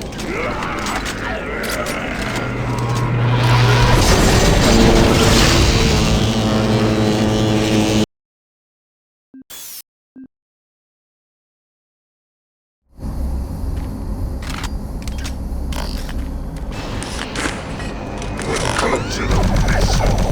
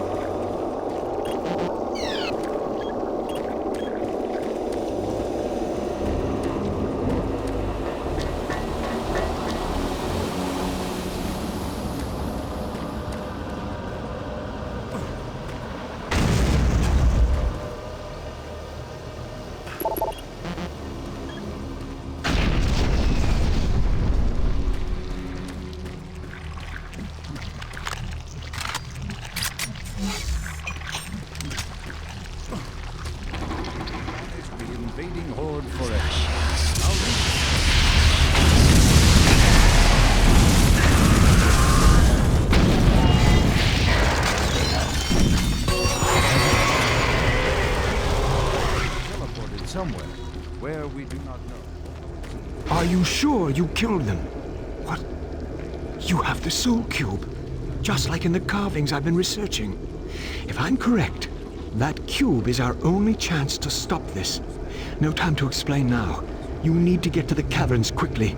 Take my PDA. It's right there on the desk. It's got security codes for the area, and my research logs on it. It'll help. I can't go with you. I need to finish my work here. Good luck. This is the audio log of Dr. Pierce Rogers. I don't know if I'll make it off the base alive. I don't have much time, so I'll sum up what I have quickly and upload the rest of my finding into the data bank. I hope someone finds them. It was all on the stone tablets, all the answers. I can't believe we never saw it. It was as plain as day. If we had only slowed down the development of the teleporters and tried to really learn what the tablets were trying to tell us, trying to warn us. The ancient people battled the same demons that are attacking us now. The demons came through the teleporters that they built, just like now. They created the soul cube and used it to stop the demons, to drive them back to hell. I don't know how, but that must be the answer. That is why that artifact was left behind, left for someone to find if something like that ever happens again. I can't reach Delta from here. I won't make it. I truly hope and pray someone finds the soul cube, and it helps. Lord, help us. End of log. This is Dr. Pierce Rogers, lead archaeologist currently stationed on Mars. As the preliminary reports have suggested, we have made some amazing discoveries here on Mars. Life on Mars has long been theorized, but we never imagined anything like this. The initial chamber was discovered in 2115. It leads into what is now known as Site 1. Site 1 is the largest of the sites, and we are still actively working there. It is made up of a series of chambers and connecting tunnels, all of which are covered in glyphs and symbols. Using the UAC pattern processor, we have finally been able to understand some of the glyphs, and from them, here is what we have learned. The ancient people looked like us, at least to the extent that they were bipedal and were similar in shape and size.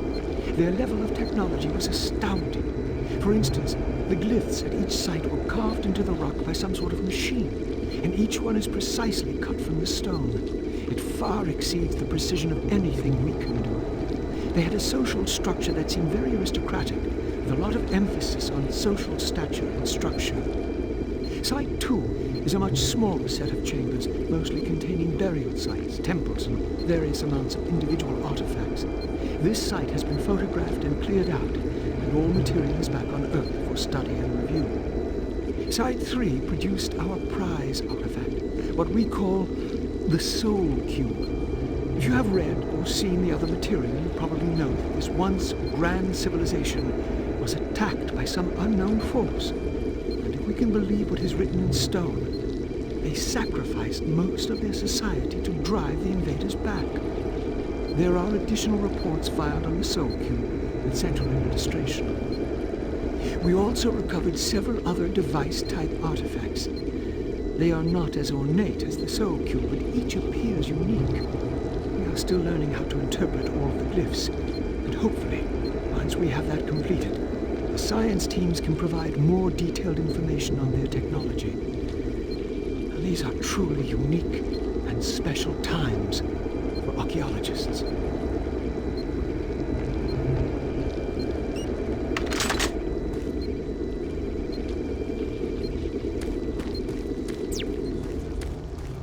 The tablets belong to a civilization that...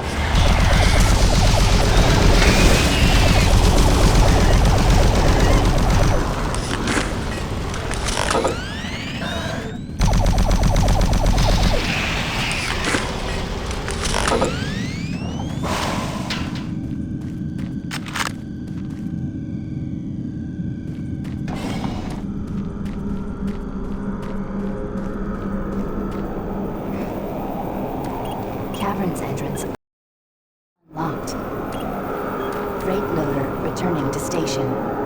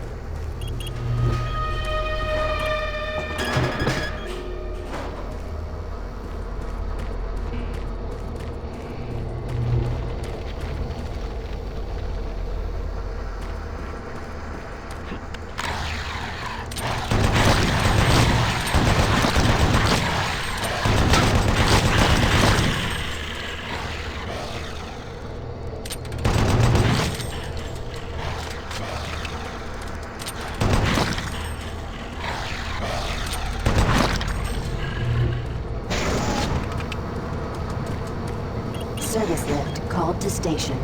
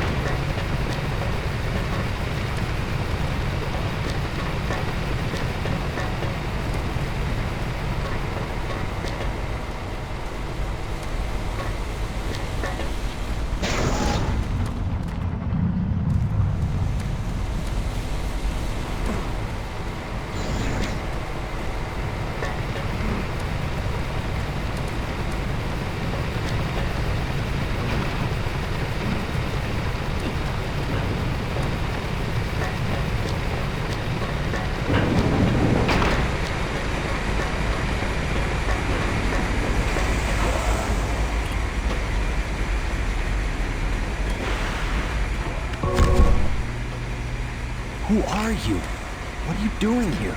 You're gonna attract attention and then they'll come. Get out of here now. Take that key card. It'll help you get to the surface.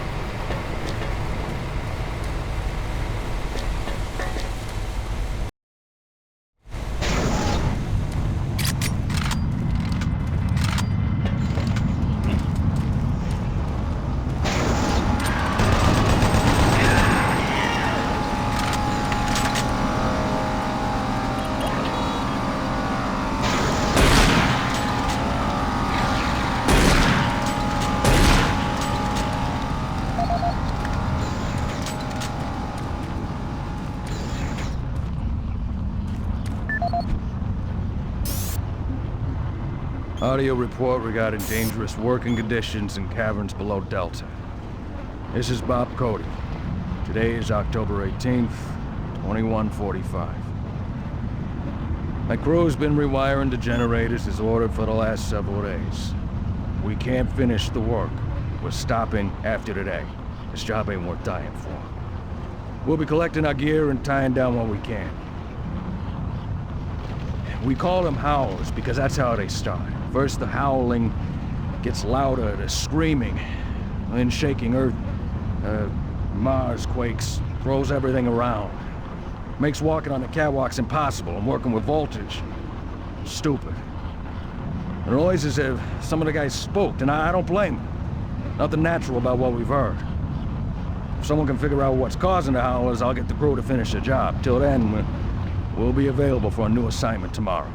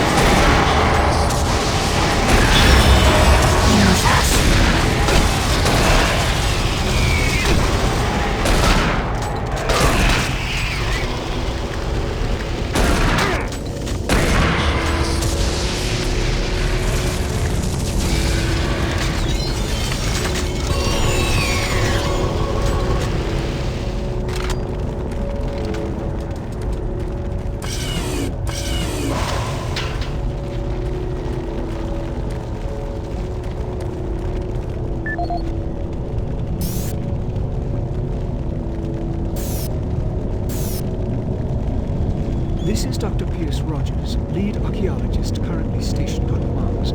As the preliminary reports have suggested, we have made some amazing discoveries here on Mars. Life on Mars has long been theorized, but we never imagined anything like this. The initial chamber was discovered in 2115. It leads into what is now known as Site 1. Site 1 is the largest of the sites, and we are still actively working there. It is made up of a series of chambers and connecting tunnels, all of which are covered in glyphs and symbols. Using the UAC pattern processor, we have finally been able to understand some of the glyphs. And from them, here is what we have learned. The ancient people looked like us, at least to the extent that they were bipedal and were similar in shape and size. Their level of technology was astounding. For instance, the glyphs at each site were carved into the rock by some sort of machine, and each one is precisely cut from the stone. It far exceeds the precision of anything we can do. They had a social structure that seemed very aristocratic, with a lot of emphasis on social stature and structure. Site 2 is a much smaller set of chambers, mostly containing burial sites, temples, various amounts of individual artifacts.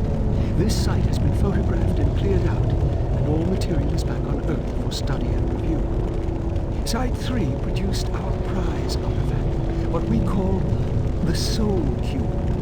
If you have read or seen the other material, you probably know that this once grand civilization was attacked by some unknown force. And if we can believe what is written in stone, they sacrificed most of their society to drive the invaders back.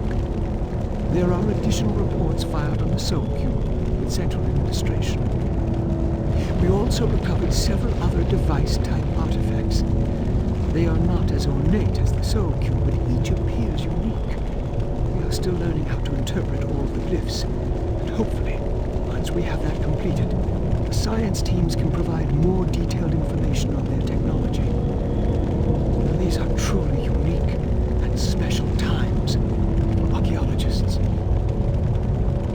Setting new standards in both archaeological discovery and analysis, the UAC is proud to showcase the latest findings on 4 unique and fascinating artifacts. These tablets were originally discovered in the dig site under what has become known as Site 3. Subsequent examination of the surrounding area and carbon dating of the tablets brought UAC researchers to the conclusion that the tablets belonged to a civilization that existed millennia ago and were placed in a holy burial ground of some sort. Utilizing the best minds in linguistics and UAC proprietary pattern recognition software, the tablets were exhaustively examined. What we found was fantastic. The first tablet provided us with a wealth of scientific data, specifically detailing the mathematical concepts behind teleportation. UAC researchers use this information as the cornerstone for building the Delta teleportation devices. The second and third tablets illustrate an epic story, a story of war, and how, faced with impossible odds, the ultimate sacrifice of an entire race to achieve victory. The fourth tablet details how the essence of each individual was captured and placed in the artifact we now refer to as the Soul Cube. This device was wielded by their mightiest warrior, and with it he banished the invading horde forever.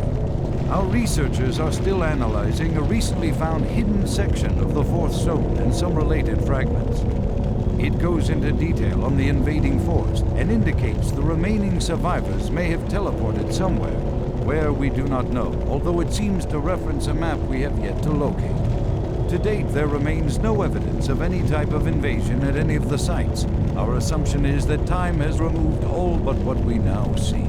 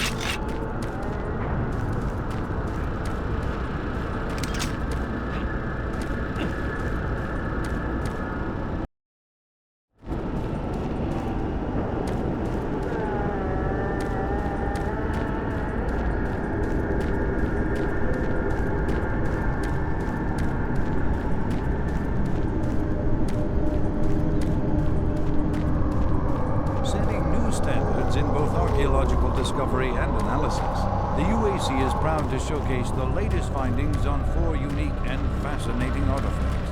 These tablets were originally discovered in the dig site at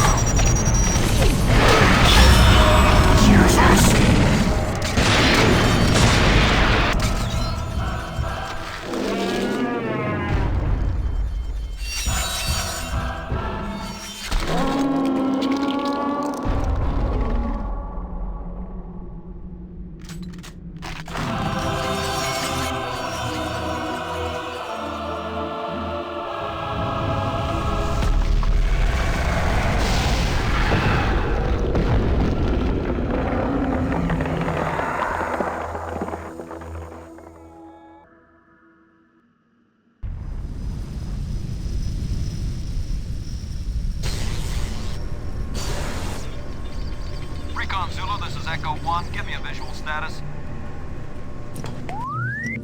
Echo 1, this is Recon Zulu. We've got massive damage all over the base. This place looks like hell. I've got life signs on the bioscanner. Eyes sharp. Echo 1, we've got a survivor, a Marine. Corporal, you hear me? You all right? Can you hear me? Echo 1, this is Recon Zulu. Prepare for medevac. Copy that. Have you located Counselor Swan? Yes, sir. He's dead. Roger, Recon 1. What about Dr. Betruger? He's nowhere to be found, sir.